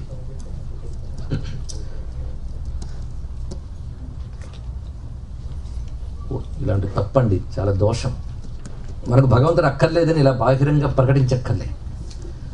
అభిధీమహి. అభి అంటే అన్ని విధములా, అన్ని వైపులా. ధీమహి ఉపాసిస్తున్నాను అంటే సర్వాత్మన నేను ఆయన్ని ఉపాసిస్తున్నాను, ఆశ్రయిస్తున్నాను. ఎవరిని? పరేశాయ అభిధీమహి. భగవంతుడు అంటే ఏమిటో ఎంత పర్ఫెక్ట్ డెఫినేషన్ చూడండి. ఇంతకంటే ఎవరైనా చెప్పగలరా? ఒకప్పుడు గాంధీ గారి దగ్గర ఒక బ్రిటన్ మేధావి ప్రశ్న వేసేట, భగవంతుడు అంటే ఏమిటని. అని వెంటనే రాసేట, ఎవరి వల్ల ఈ సృష్టి స్థితిలన్నీ జరుగుతున్నాయో, ఎవడు వీటికి అతీతుడో అతడు భగవంతుడు రాశాడు. సింపుల్గా ఇంత క్లియర్ కట్ డెఫినేషన్ ఇచ్చావు కనుక నీ కానుగ్గా బ్లాంక్ చెక్ ఇస్తున్నాను ఇచ్చేటండి ఆయన. ఆయన అన్నాడు, మా హిందూ మతం గ్రంథాలు కొంచెం జాగ్రత్తగా చదివితే ఎవడైనా చెప్పగలయ్యా ఇది అని. చూసారా, బ్లాంక్ చెక్కులు పొందగలిగినంత జ్ఞానం మనకు అలవాటు చేసేసిన మహాత్ములకు నమస్కారం. చూడండి ఇక్కడ ఎంత అద్భుతంగా సింపుల్గా చెప్పాడు భగవంతుడు. అంటే ఇంతకంటే ఎవడైనా నిర్వచనం చెప్పగలడా? ఉపనిషత్తు మాట చెప్పింది, యతో భాయమాని భూతాని జాయంతే ఏన జాతాని జీవంతి యత్ ప్రయత్యభిసంవిశంతి. బ్రహ్మసూత్రంలో మొదటి సూత్రం జన్మాద్యస్య యతః. భాగవతంలో మొదటి శ్లోకం జన్మాద్యస్య యతోన్వయాదితరతత్ అద్వేష్వభిజ్ఞస్వరాట్ తేనే బ్రహ్మ హృదయ ఆది కవయే ముహ్యంతి యత్సూరయః. భాగవతం అంటే స్టోరీలు అనుకున్నారా? నాలెడ్జ్ చూడండి ఎంత గొప్పగా చెప్తున్నాడు. కానీ ఎవరి వలన ఈ సృష్టి జరుగుతోందో, ఎవరి వలన పెరుగుతోందో, ఎవరి యందు లయమవుతోందో, ఎవడు వీటన్నిటికి అతీతమై ఉన్నాడో, ఎవడికి పైన మరొకటి లేదో అటువంటి పరమాత్మను ఆశ్రయిస్తున్నాను. మొదటి శ్లోకంలోనే అంతా చెప్పేశాడు. 2 శ్లోకాలు చాలా ముఖ్యం. యస్మిన్నిదం యతశ్చేదం ఏనేదం యయిదం స్వయం. ఇదంతా ఆయనే. యస్మాత్ పరం స్మాచ్చ పరః, అంతా ఆయనే, అంతటికి అతీతుడు ఆయన. ఇది చిన్న ఉదాహరణ. మనం బహుశా నిన్నామన్నా కూడా చెప్పుకుని ఉంటాం. సముద్రము కెరటాలు ఉదాహరణ ఎప్పుడు గుర్తుపెట్టుకోండి. శంకర భగవత్పాలు కూడా విష్ణు షట్పదిలో ఇదే ఉదాహరణ చెప్తారు అన్నిటికీ అర్థం చేసుకోవడానికి. జగత్తుకి పరమాత్మకు ఉన్న అనుబంధం ఎలాంటిదంటే కెరటాలకి సముద్రానికి ఉన్న అనుబంధం అన్నాడు. కెరటాలు ఎక్కడ పుడుతున్నాయి, ఎక్కడ పెరుగుతున్నాయి, ఎక్కడ లయమవుతున్నాయి? సముద్రమే. సముద్రం కెరటాల్లో నిండా ఉన్న సముద్రమే, కానీ కెరటాలకు పరిమితమై లేదు సముద్రం. కెరటాలకు అతీతంగా ఉన్నది, అనంతముగా ఉన్నది. కనుక జగత్తంతా పరమాత్మయందు పుట్టి పరమాత్మయందు పెరుగుతూ పరమాత్మయందే లయమవుతూ పలు రకాలుగా పరిమితులతో కనబడుతున్నా ఈ జగత్తుకి అతీతమై అనంతమై ఉన్నటువంటి వాడు పరమాత్మ. ఇది అర్థం చేసుకోవాల్సిన గొప్ప విధానం. ఈ 2 శ్లోకాల సారం తీసుకుని మన పోతన గారు ఒకే పద్యంలో అందించారు. ఇది ఒక్కటి చాలు. ఎవ్వని చేజనించు జగము ఎవ్వని లోపల ఉండు లీనమై ఎవ్వని యందు డిందు పరమేశ్వరుడెవ్వడు మూల కారణం ఎవ్వడు అనాది మధ్యలయుడెవ్వడు సర్వము తనయైన వాడెవ్వడు వానిని ఆత్మభవు ఈశ్వరుని శరణంబు వేడెదన్. ఇక్కడ ఒక్కొక్క పదానికి అర్థం తెలుసుకుంటే ఈశ్వరుడు అంటే ఏమిటో మనకు అర్థమైపోతుందండి. ఇది తెలియక మన ఇంద్రదేవుళ్ళు ఏమిటి ఇదేమిటి అంట ముందు ఈశ్వరుడు అంటే డెఫినేషన్ తెలిస్తే ఆయన యొక్క వివిధ వ్యక్తీకరణలే ఇన్ని ఇంద్ర దేవతలను అర్థం చేసుకుంటాం. ముందు ఈశ్వరుడు ఇదొకటి తెలుసుకోవాల్సింది. భారతీయ సంస్కృతిలో గొప్ప మాట ఏమిటంటే ఈశ్వరులు అని ఎవడు అనడు, ఈశ్వరుడు అంటారు. పరిశీలించండి. దేవతలు అంటారు. అందుకే ఈశ్వరుడు ఒక్కడే, దేవతలు అనేకం. ఇది తెలుసుకోవాల్సింది. అందుకే హిందువులు ఏకేశ్వర ఉపాసకులు, బహుదేవతారాధకులు. ఇది తెలుసుకోవాల్సింది. ఒకే ఈశ్వరుడు, సృష్టి స్థిరైకారకుడైన ఈశ్వరుడు. ఆయన అనంత శక్తులే దేవతలు. ఎలాగైతే నేను అనేదానికి అనేక ఇంద్రియాలు ఎలా ఉన్నాయో పరమాత్మకి అనేక దేవతలు. ఇంద్రియాలకి నాకు ఎలాంటి అనుబంధమో దేవతలకి పరమాత్మకి అదే అనుబంధం. ఏ ఇంద్రియం ద్వారా చూసినా నన్నే పలకరించినట్లు ఏ దేవత ద్వారా చూసినా ఒకే పరమాత్మను పలకరిస్తున్నారు. ఇది తెలుసుకోవాల్సినది. ఇది హిందూ మతంలో భగవంతుడు అంటే ఏమిటో తెలుస్తున్నది. ఇతడే ఈశ్వరుడు, పరమాత్మ అని చెప్పబడుతూ ఉంటాడు. ఈ ఒక్క శ్లోకాన్ని లేదా పద్యాన్ని గమనించండి. మూల కారణం బెవ్వడు అనాది మధ్యలయుడెవ్వడు. ఎవరికి ఆది మధ్య అంతము లేదు. కెరటానికి ఆది మధ్య అంతం ఉందండి. ఏ పని లేకపోతే సముద్రం దగ్గర కూర్చుని ఈ కెరటం ఎప్పుడు వచ్చింది, ఆ కెరటం ఎప్పుడు వచ్చింది, ఎంతసేపు ఉంది, వెళ్ళిపోయింది, మొత్తం చేయొచ్చు. అది చేసి డాక్టరేట్ తీసుకోవచ్చు. ఇప్పుడు ఈ మధ్య పరిశోధనలు నేను పనికి మాలివి జరుగుతుంటాయి. ఎలా అలా స్టాటిస్టిక్స్ తయారు చేయొచ్చు. మీరు కావాలంటే మధ్య మధ్యలో ఫోటోలు కూడా తీయచ్చు, వీడియో కూడా తీసి రిపోర్ట్ చేసి ఏ యూనివర్సిటీకి ఇవ్వండి, డాక్టరేట్ వచ్చేస్తుంది. అయితే ఇక్కడ ప్రతి కెరటానికి ఒక పుట్టిన సమయం, ఉన్న సమయం, పోయిన సమయం చెప్తున్నారు. సముద్రానికి చెప్పగలరా? అందుకే సృష్టి స్థితి లయలు ఆది మధ్యాంతములు జగత్తుకు ఉండవచ్చు, కానీ ఆయన అనాది మధ్యలయుడెవ్వడు. సర్వము తానయైన వాడెవ్వడు. కెరటాల నిండా ఉన్నది సముద్రమేగా, ప్రపంచమంతా పరమాత్మ రూపమే. సర్వము తానయైన వాడెవ్వడు వానిని ఆత్మభవు ఈశ్వరుని శరణంబు వేడిదన్. వెంటనే ప్రశ్న, అయ్యా ప్రపంచాన్నంతా ఆయన పుట్టించాడు కదా, ఆయన ఎలా పుట్టాడు? ఇది కదా ప్రశ్న. ఆత్మభవు, తనంత తాను కలిగినవాడు, తనంత తానున్నవాడు. అటువంటి ఈశ్వరుని శరణంబు వేడిదన్.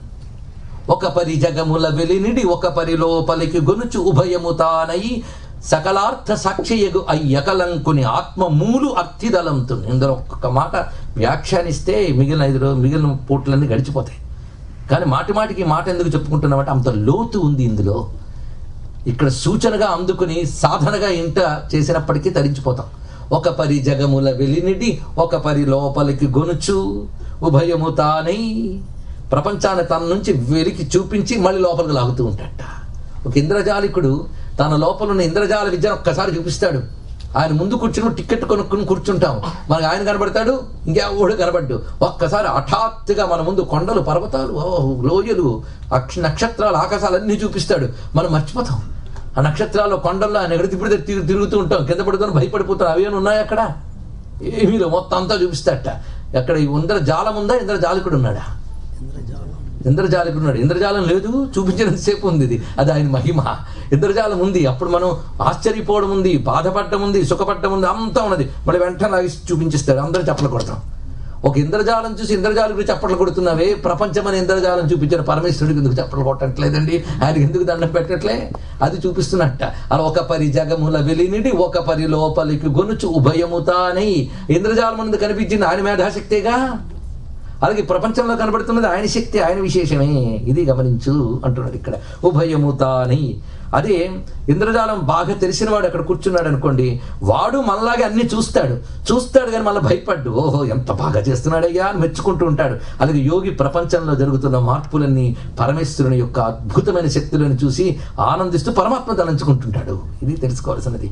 అందుకు యోగి చూడడానికి మనం చూడడానికి అంత తేడా ఉంటుంది. ఆత్మమూలు ఈ పదం చాలా గొప్పదండి. మళ్ళీ రమణ మహర్షి గుర్తొస్తారు మనకి. ఒక ఆయన అన్నారు, నీ భాగవతం చదవనండి, నేను రమణ మహర్షి ఫిలాసఫీ అర్థం చేసుకున్నానండి, అందుకు మీరు రమణ ఫాలో ఎస్. ఈ మధ్య అదొక ఫ్యాషన్ అండి, వేదాంతం కొందరికి ఫ్యాషన్, బాధ అదొకటి వచ్చింది అక్కడికి. రమణ ఫాలో ఎస్ అని. రమణులు వింటే ఎంత బాధపడతారో అని. ఏకంగా పరమాత్మ లేని పేరు కానీ పర్వాలేదు, కానీ లేకపోతే ఇదా నేను చెప్పింది అంటాడు ఇక్కడ. అందుకే మన సంస్కృతి ఉపనిషత్తుల్లో ఒకటి, భాగవతంలో ఒకటి చెప్పలేదు, అంతా ఒకటే చెప్పింది. మనకు ఎక్కించడానికి నానా యాతనలు పడ్డారండి ఋషులు. వీడికి ఎలా చెప్తే ఎక్కుతుందని. అందులో ఇది ఒకటి. ఆత్మమూలు ఈ మాట చూడండి. ఆత్మకి మూలమైన వాడు. ఆత్మ అంటే ఏమిటి అది కూడా తెలియాలి కదా. కొందరు ఆత్మలు అంటే భూతాలు, ప్రేతాలు అనుకుంటారు. ఆత్మ అంటే ఒక డెఫినేషన్ అలా గుర్తుపెట్టుకోండి. నేను అనే చైతన్యం ఎక్కడి నుంచి వస్తుందో అదే ఆత్మ. ఇప్పుడు విచారణ ఎవరికి వాళ్ళు, ఇప్పుడు కాకపోతే ఇంటికి వెళ్ళని చేసుకోవచ్చు. ఇప్పుడు ఎందుకు నేనని దేనివల్ల అనుకోగలుగుతున్నావు? శరీరం వల్ల. మొదట అలాగే అనిపిస్తుంది, కొంచెం ఆలోచించు. శరీరం కాదు, ఇంకా లోపలికి వెళ్ళు. ప్రాణం వల్ల, అది కూడా కాదుట. బుద్ధి వల్ల, అది కూడా కాదు. నిద్రలో బుద్ధి కూడా పనిచేది, శరీరం పనిచేయదు, అవునా లేదా? అటువంటిప్పుడు ఎలా నీకు నేను పోయిందా? పోతే మళ్ళీ పొద్దున్న లేస్తావా? కనుక ముందే ఆలోచించగలడు. మనస్సుకు, బుద్ధికి అన్నిటికీ అతీతంగా ఉంటూ దానివల్ల ఇవన్నీ పనిచేస్తున్నాయి. దానివల్ల పనిచేస్తున్న దాన్ని చూస్తున్నాం కానీ దేనివల్ల పనిచేస్తుందో అది చూడట్లేదు మనం ఇక్కడ. దీపం గోడ మీద పడగానే గోడ ఎంత వెలిగిపోతుందో నిమురుతున్నట్టు ఎవడో. గోడ వెలిగిపోతుంది, గోడ మీద వెలుగున్నది నిజమే, కానీ నువ్వు గోడ మీదే చూస్తున్నావు, గోడ వెలిగిపోతుంది అనుకుంటున్నావు. క్రమంగా గోడ మీద వెలుగున్నది నిజమే కానీ గోడను వెలిగించింది ఏంటో చూడు. కనుక గోడ మీద అంటే శరీరం మీద వెలుగు నేను అనే చైతన్యం. ఇప్పుడు గోడని శరీరం అనుకోండి, వెలుగుని నేను అనే చైతన్యం అనుకోండి, దీపాన్ని ఈశ్వరుడు అనుకోండి. ఇప్పుడు చూద్దాం, ఈ నేను అనే చైతన్యం గోడదా దీపాందా? ఇది చెప్పడం దీనికి అంత ఆలోచన. ఈశ్వరుడిగా ఆత్మధానం లేదు కదా, గోడదా దీపానిదా అన్నాను. వెలుగు దేనిది? దీపానిది. కానీ గోడ మీద పడిందా లేదా? గోడ మీద పడితే గోడ అనేస్తావా? కనుక నీ శరీరం నుంచి చైతన్యం వచ్చినంత మాత్రాన చైతన్యం నీ శరీరానిదా? ఇది ఆలోచించు.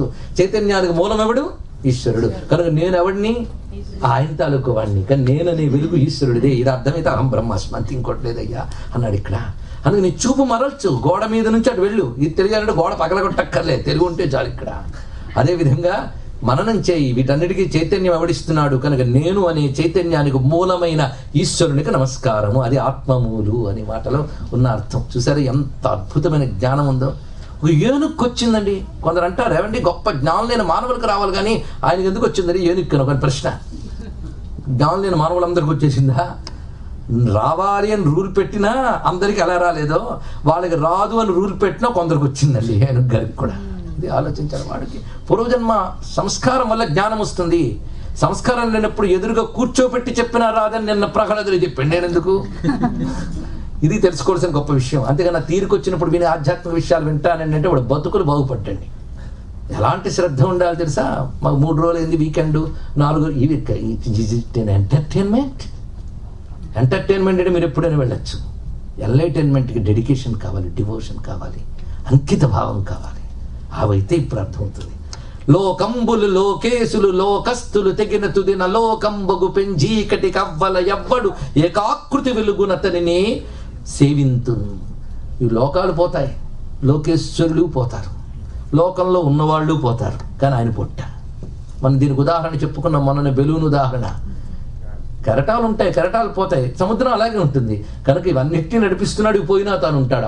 అతన్ని నేను సేవిస్తున్నాను. ఎలా ఉంటాడంటే ఈ లోకములేవి లేని స్థితి ఎలా ఉంటుంది ఊహించండి. ఊహించాలంటే లోకంలో ఉండాలి, అందుకే మన ఊహకు కూడా అందరిది.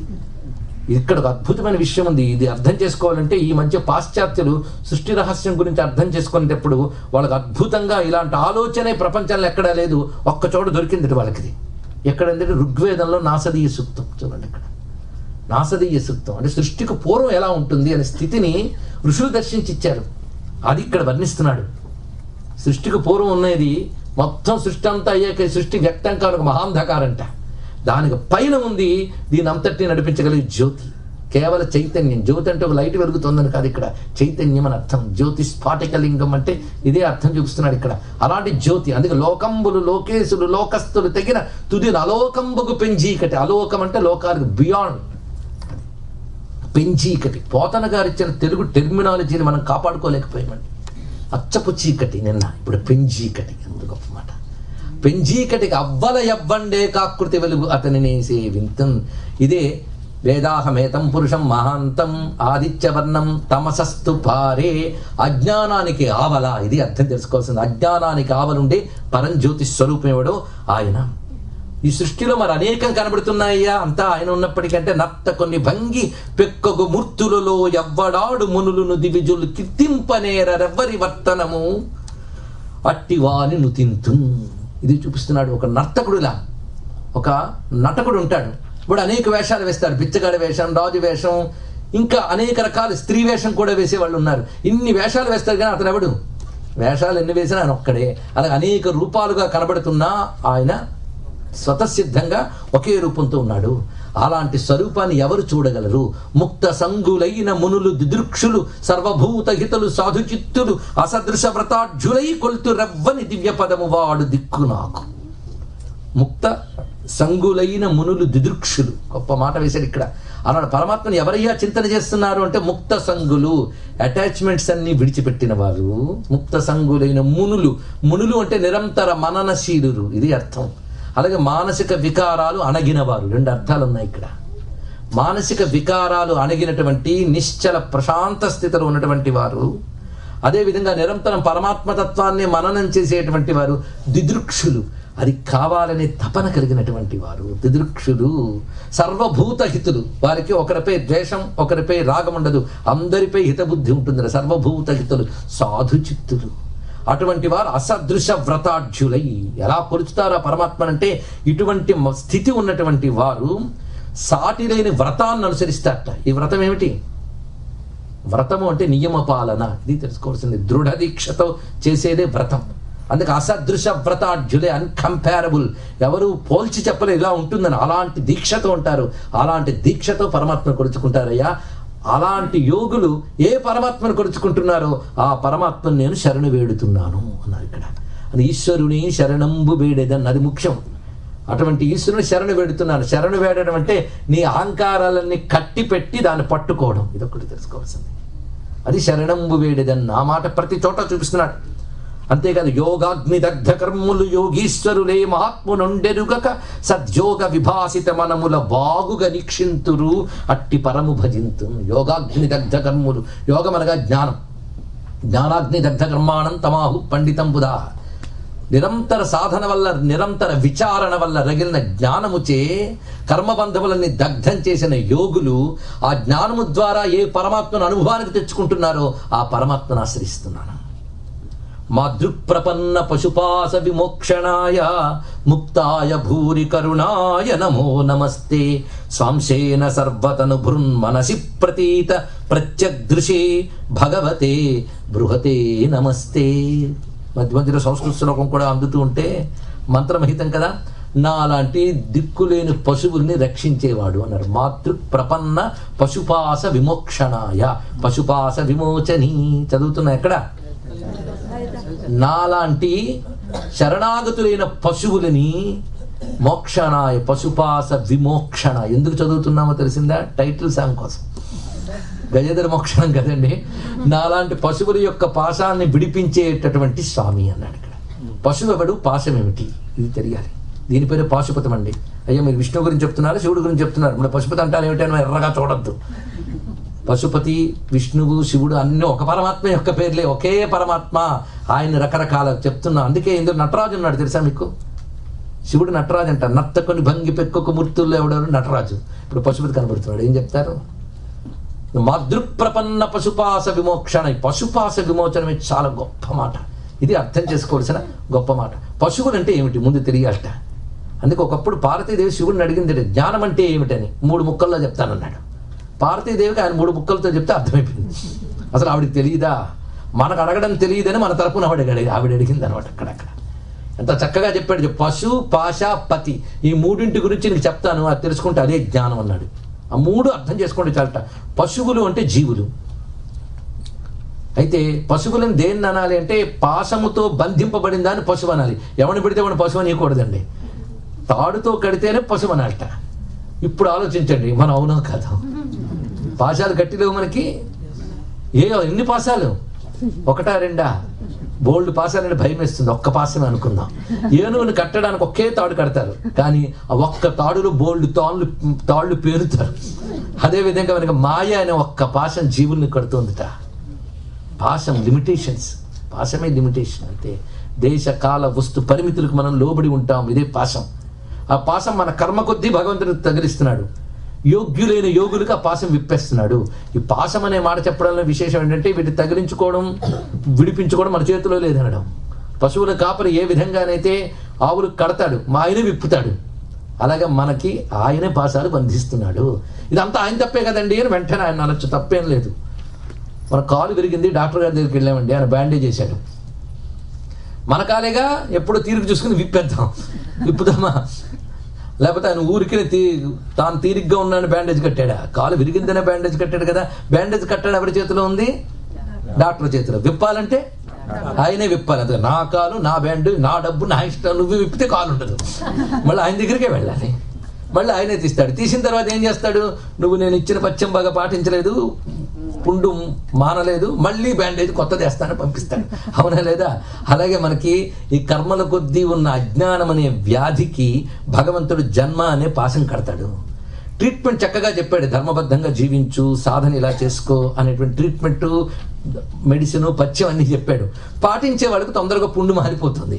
అప్పుడు ఆయనే తెలుసుకుని తీసేస్తాడు, మోక్షం ఇచ్చేస్తాడట. పాటించలేదనుకోండి పుండు మానదు. అప్పుడు మళ్ళీ మరో కొత్త బ్యాండేజ్ వేస్తాడు, కొత్త శరీరం వేస్తాడు. ఇప్పుడు అర్థమైపోయింది కదా. అంతే. ఆయన సరదాగా వేయలేదు డాక్టర్ లాగా. కనుకనే ఆ ట్రీట్మెంట్ నీకు కావాలంటే మా ప్రపన్న పశుపాస విమోక్షణాయ. గొప్ప మాట. ప్రపత్తి, శరణాగతి. అహం విడిచిపెట్టి పరమాత్మను గట్టిగా పట్టుకో. శరణాగతి అంటే అంత తేలిక అనుకున్నారా? రమణ మహర్షి చెప్తున్నాడు, శరణాగతి అంటే నాకు ఏ కష్టం కలిగితే భగవంతుడే శరణంటానండి. అది కాదు శరణాగతి అంటే. శరణాగతి అంటే పరమాత్మ తప్ప అన్యము లేదు అనే భావాన్ని కలిగి ఉండడం. అది తప్ప అన్యము లేదు. అది నువ్వు ప్రేమగా పెట్టుకో, జ్ఞానంగా పెట్టుకో, పరమాత్మను పట్టుకో, ఆయన తప్ప మరొకటి లేదు అని గట్టి భావం పట్టుకో. రామ్, ఏదో రామ్ ఆర్ కామ్, ఏదో ఒకటి చూసుకో. కాముడా రాముడా? ఒక్క వరలో 2 కత్తులు ఇమ్మడవు. ఒక్క హృదయంలో ప్రపంచం పరమాత్మను పెడితే పరమాత్మను పెట్టు. తెలుసుకో. ఆ పట్టు కావాలి. అలా పట్టుపడితే ఆ పశుపాశాన్ని ఆయనే విప్పుతాడు. ఇది పశుపాస విమోచని. ఇది దీనిలో తెలుసుకోవాల్సింది. అదే మాదృక్ ప్రపన్న పశుపాస విమోక్షణాయ అని చెప్తూ మన హృదయంలో ఆత్మ చైతన్యముగా దీపిస్తున్నటువంటి ఆ పరమాత్మకు నమస్కారము అని వివరించి చివరకు వస్తున్నాడు. కలడందురు దీనుల ఎడ కలడందురు పరమయోగి గణముల పాలన్ కలడందురు అన్ని దిశలను కలడు కలండెనిడి వాడు కలడో లేడో. అదృష్టవశాత్తు ఇది గజేంద్ర మోక్షంలో లేదండి. మూలంలో ఈ పద్యం లేదు ఇక్కడ. ఎందుకంటే మనం ఊరికని చదువుతున్నామని ఆలోచించి చదవట్లేదు. ఎందుకంటే ఈయన స్తోత్రం ఎక్కడ నేర్చుకుని చేసింది కాదు, రియలైజే చేశాడు. పరమాత్మకు ఉనికిని సంపూర్ణంగా ప్రగాఢంగా తెలుసుకుని శరణ వేడిన వాడికి కలడో లేడో ఉంటుందా అండి? కలడో లేడో లేదు అసలు. అది పోతన గారి భాగవతంలో మనకు కనిపిస్తుంది, కానీ మూల భాగవతంలో లేదు. కలడో లేడో లేదు. అన్నాడు ఉన్నాడు అంటారు కానీ ఉన్నాడో లేడో అని గజేంద్రుడు అనుకుంటాడండి. అనుకుంటే వస్తుంది రాడు విష్ణువు. చూడండి ఇక్కడ ఎంతవరకు సందేహం ఉంటుందో అంతవరకు దైవం కనబడ్డు. తెలుసుకోండి. సందేహం ఉంటే దైవం కనబడదు. ఇది స్పష్టంగా తెలుసుకోవాల్సింది. ఎందుకంటే సందేహానికి భగవంతుడికి చాలా దూరం. అందుకే కృష్ణ పరమాత్మ గీతలో చెప్పాడు, అజ్ఞశ్చ అశ్రద్ధానశ్చ సంశయాత్మ వినశ్యతి అన్నాడు ఇక్కడ. అంతే. మరి ఇంత అద్భుతమైన ఫిలాసఫీని చెప్పిన వాడు కలడో లేడో అంటాడా? ఇతడు చెప్తున్న భగవంతుడు ఎవడు? సర్వులలో నేనుగా వ్యాపించిన వాడు, సర్వవ్యాపకుడు, సృష్టి చేసినవాడు. అని లేడా ఉన్నాడా అని ప్రశ్న వస్తుందండి ఎవరికైనా? వెంటనే పోతన గారు తప్పు రాశారంటే అది తప్పు, ఆయన అలా అనద్దు. ఆయన ఈ కథ రాస్తూ తాదాత్మ్యానికి చెంది వెళ్ళిపోయి మనలాంటి జీవుల గురించి చెప్తున్నారు ఇక్కడ. ఎందుకంటే మనది ఎప్పుడు కలడో లేడు టైపే, కలడు అనేది ఉండదు. అది సృష్టిలో భక్తులారా అని పిలుస్తాం కానీ అందరూ కలడో లేడో. ఎవడో ఒక్కడుంటాడు గట్టిగా కలడని, వాడు 1000 మందిలో ఒక్కడు, వాడు తప్పకుండా తరించిపోతాడు. అది అదే కలడం బోధి కలండు గాలి కలడాకాశంబునన్ కుంభినిన్ కలడు. ఎవడు చెప్పాడు? నిన్ననే ఫ్రెష్గా ప్రహ్లాదుడు చెప్పాడు. కలడు అంతే, కలడు లేడు నాన్న కొంచెం నువ్వు సెర్చ్ చేయాలనే, కలడు అంతే, నీకు చేత కాదు వెతకడం పో అన్నాడు. అవన లేదా? అంటే కలడు అనుకుంటేనే కనబడతాడు ఆయన. కలడు లేడు అంటే కనబడ్డు.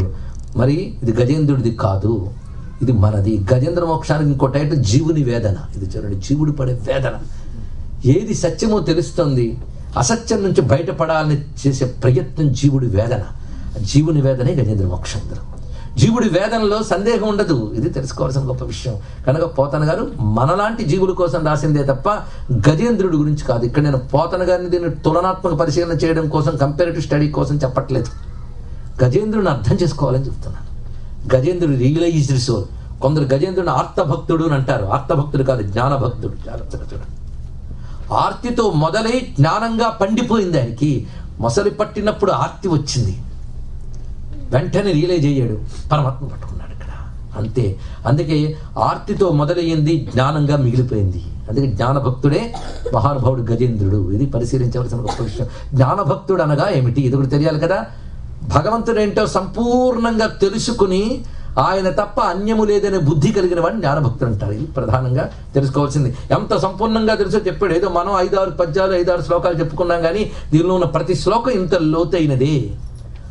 కలుగడే నా పాలి కలిమి సందేహింప కలిమిలేములు లేక కలుగువాడు, నాకడ్డపడరాడెనలి నసాధువులచే పడెడి వారల కడ్డపడెడివాడు, చూడడే నా పాడు చూపుల చూడక చూచువారల కృప చూచువాడు, లీలతో నా మొరాలింపడే మొరగుల మొరలెరుంగుచు తన్ను మొరగువాడు, అఖిల రూపులు తన రూపమైన వాడు, ఆది మధ్యాంతములు లేక అడరువాడు, భక్త జనముల దీనుల పాలివాడు, వినడే తలపడే చూడడే వెగరాడే.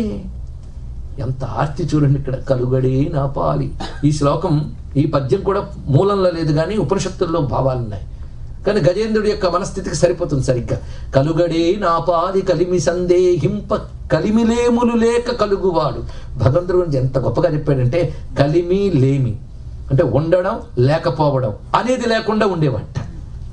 అంటే ఎవర్ ఎగ్జిస్టెన్స్, ఒకప్పుడు ఉండడం ఒకప్పుడు పోవడం అనేది లేదయ్యా. జననం మరణం లేదు ఆయనకి, ఆది మధ్యాంతమం లేవు, ఉండడమే ఆయన లక్ష్యం, ఎవర్ ఎగ్జిస్టెన్స్.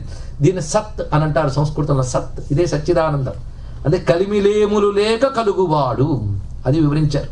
అంతే కదా. నాకు అడ్డపడరాడి నలిన సాధువులచే పడిడివారల కడ్డపడిడివాడు.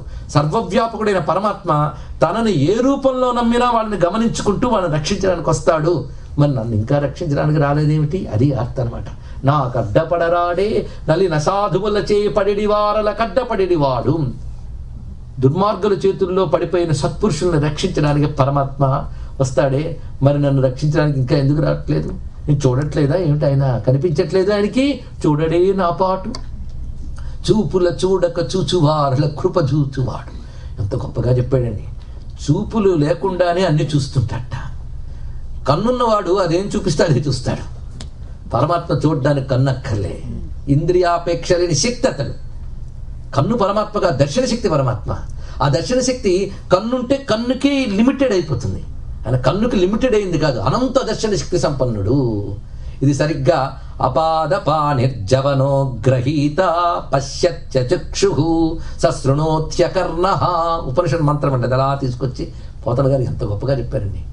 అపాదపానిహి, ఆయనకు పాదాల్లో ఎక్కడికైనా వెళ్ళగలడు, ఆయనకు చేతుల్లో దేన్నైనా పట్టుకోగలడు, ఆయన కళ్ళులో దేన్నైనా చూడగలడు, అదేవిధంగా ఆయన చెవుల్లో దేన్నైనా వినగలడు. ఇంకేమున్నది? అందుకే పరమాత్మ వింటాడా లేదా అని డౌట్ అక్కర్లేదు, అంత స్పష్టంగా చూపిస్తున్నాడు. సర్వవ్యాపకుడై సర్వమునకు సాక్షి అయి చైతన్యమే తానై శక్తే తానైన వాడు గమనించుకుంటూనే ఉన్నాడు. ఇది తెలుసుకోవాలి. మనం అంటాం భగవంతుడు వింటాడా లేదా అండి, ఎదురుగా కనబడితే బాగుండని, కనబడేదంతా ఆయన, అది తెలియదు. సర్వము. అందుకే అర్జునుడు అన్నాడు, స్వామి నువ్వు కనబడవు కదా, నేను ఎలా చూడ్డాను, కనబడేదంతా నేనేరా బాబు, నువ్వు చూస్తున్నది నన్ను అది తెలుసుకో అని చెప్పాడు ఆయన. ఆ ఎరుక కలగాలి. అందుకు అన్నిటినీ గమనించేవాడు ఆయన. ఆ గమనిస్తాడు, అవసరమైతే తాను ఒక దివ్యమంగళ విగ్రహం ధరించి వచ్చి రక్షిస్తాడు, అందులో సందేహమే లేదు. అందుకే చూడడే నా పాటు చూపుల చూడక చూచువారుల కృప చూచువాడు. ఎంత గొప్పగా చూపించాడు. అని చూపులతో చూడక్కర్లేదు, ఎవరు తనని చూస్తాడో వాళ్ళని చూస్తాడట, మరి మిగిలిన వాళ్ళని చూడ్డా. దీనికి చాలా తప్పు కదండి. అంటే దీనికి ఉదాహరణ మనం చెప్పుకున్నాం, గదిలో కూర్చున్న వాడికి సూర్యకాంతి లేదు, తలుపు తెరిచిన వాడికి సూర్యుడు చూశాడు వాడిని. సూర్యుడు వాడిని చూశాడంటే అర్థం ఎవడు తలుపు తెరిచినో వాడినే చూచేదను కనుక అని అర్థమా? వాడు తలుపు వేసి కూర్చున్నాడు, ఆయన మాత్రం అలాగే ఉన్నాడు. అలాగే భక్తుడు అంటే భగవంతుడు ఉనికిని గుర్తిస్తాడు అంతే. ఉన్నదాన్ని గుర్తించడమే భక్తి, కానీ లేని దాన్ని తెచ్చుకోవడం కాదు. ఇది తెలుసుకోవాల్సింది. ఎక్కడి నుంచో రాడండి పరమాత్మ, సర్వము అతడే. అందుకు పరమాత్మ గురించి నిరంతరం చింతన చేసేవాడికి పరమాత్మ ఎక్కడి నుంచైనా ఎలాగైనా రక్షిస్తాడని నిన్న రుజువు చేశాడు కదా. అందుకు ఒక ఘట్టం తర్వాత మరో ఘట్టం పెట్టడంలో ఆ మొదటి ఘట్టంలో పెట్టుకున్న జ్ఞానంతో రెండో ఘట్టంలోకి మనం అలా ఎదుగుతూ వెళ్ళాలి ఇక్కడ. అందుకే ప్రహ్లాద్ చరిత్ర జాగ్రత్తగా వింటే ఇంకా ఆస్వాదించవచ్చు. అటువంటి స్వామి అఖిల రూపులు తన రూపమైన వాడు, ఆది మధ్యాంతములు లేక అడరువాడు, భక్త జనముల దీనుల పాలివాడు. భగవంతుడు అందరి వాడు, భక్తుల పాలిటి వత్సలుడు. తనని పట్టుకున్న వాళ్ళు తాను పట్టుకుంటాడు. అటువంటి స్వామి వినడే, చూడడే, తలపడే, వెగరాడే, విశ్వకరు విశ్వదూరుని, విశ్వాత్మక విశ్వమయుని, విశ్వన విశ్వం శాశ్వతునజు బ్రహ్మ ప్రభు ఈశ్వరుని పరమ పురుషుని భజించు. అద్భుతమైన పద్యం ఇచ్చారండి ఇక్కడ. ఇదే విశ్వం విష్ణు వషట్కార ఇక్కడ ఉంది. విశ్వకరు విశ్వదూరుని, విశ్వాత్మకు. ఎంత అద్భుతమైన పాట. విశ్వాన్ని తయారు చేశాడు, విశ్వానికి అతీతంగా ఉన్నాడు. ఇది ఎలాగంటే కుండలు తయారు చేసేవాడు కుండకు అతీతంగా ఉండడు, అలా ఉన్నాడు. అలా ఉంటే తప్పుట. మళ్ళీ విశ్వాన్ని చేస్తున్నాడు, విశ్వానికి దూరంగా ఉన్నాడు, విశ్వమంతా తానే ఉన్నాడు. మరి విశ్వమంతా తానే ఉన్నప్పుడు విశ్వానికి దూరంగా ఉన్నాడు ఎందుకంటావు? వెంటనే మనకి రావాలండి. అంటే ఇది కేవలం స్తోత్రం కాదు, ఆలోచిస్తే జ్ఞానం. విశ్వానికి దూరంగా ఉన్నాడు, విశ్వమంతా ఉన్నాడు. ఇది ఎలాగా ఉదాహరణ చెప్పగలవు అంటే, ఉదాహరణ నిన్న మొన్న చాలా చెప్పాం కానీ మరొక్కసారి మననం చేసుకోవాలి. సూర్యుడు కాంతి భూమి అంతా వ్యాపించింది కనుక భూమి అంతా ఉన్నది ఏది? సూర్యకాంతి. కానీ సూర్యుడు భూమికి అతీతంగా లేడా? అలాగే తన ద్వారా తయారైన ప్రపంచమంతా తానే ఉండి నడిపిస్తున్నాడు, కానీ ప్రపంచపు వికారాలు ఆయనకి లేవు. ఇది తెలుసుకోవాలి ఇక్కడ. కెరటాల్లో సముద్రం ఉంది, కానీ కెరటం లాంటి వికారాలు సముద్రానికి లేవు.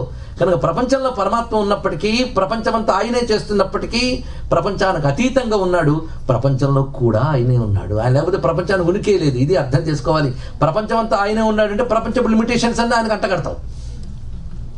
మనం చెప్పుకున్నాం, కుండలో గాలి.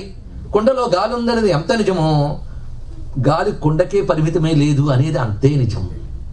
జగత్ అనే కుండలో పరమాత్మ అనే గాలి ఉన్నా జగత్తుకే పరిమితమే లేదు, దానికి అతీతమే. జగత్ ఎప్పుడూ పరిమితమే. ఇది తెలుసుకోవాల్సినది. అందుకు విశ్వకరు విశ్వదూరుని, విశ్వాత్మకు విశ్వమయుని, విశ్వన విశ్వం. అందుకే ఆయనే విశ్వడు, ఆయనే అవిశ్వడు.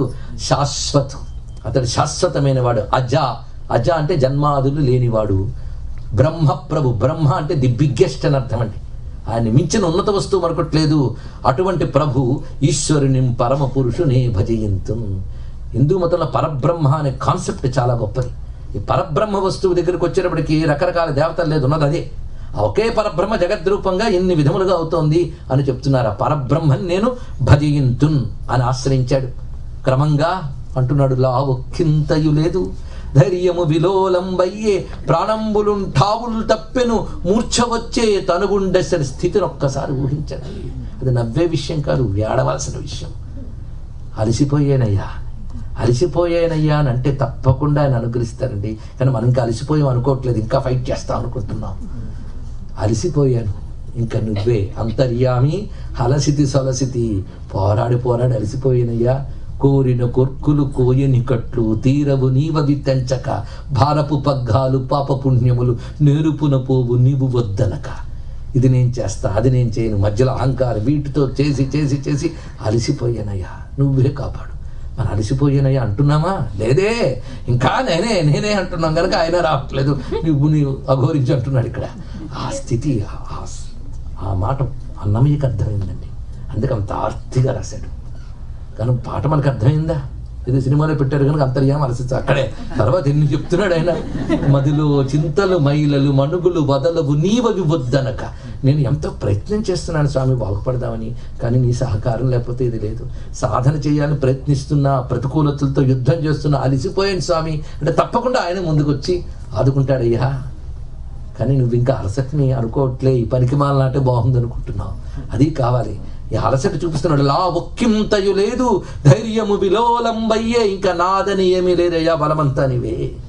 ప్రాణంబులు ఠాబులు తప్పెను. ఇది అర్థం చేసుకోవాలంటే ప్రాణం పోతున్నప్పుడు పరిస్థితి ఎలా ఉంటుందంటే ఒక్కొక్క గ్రంథి నుంచి బయటకు వస్తుంటుంది ప్రాణం.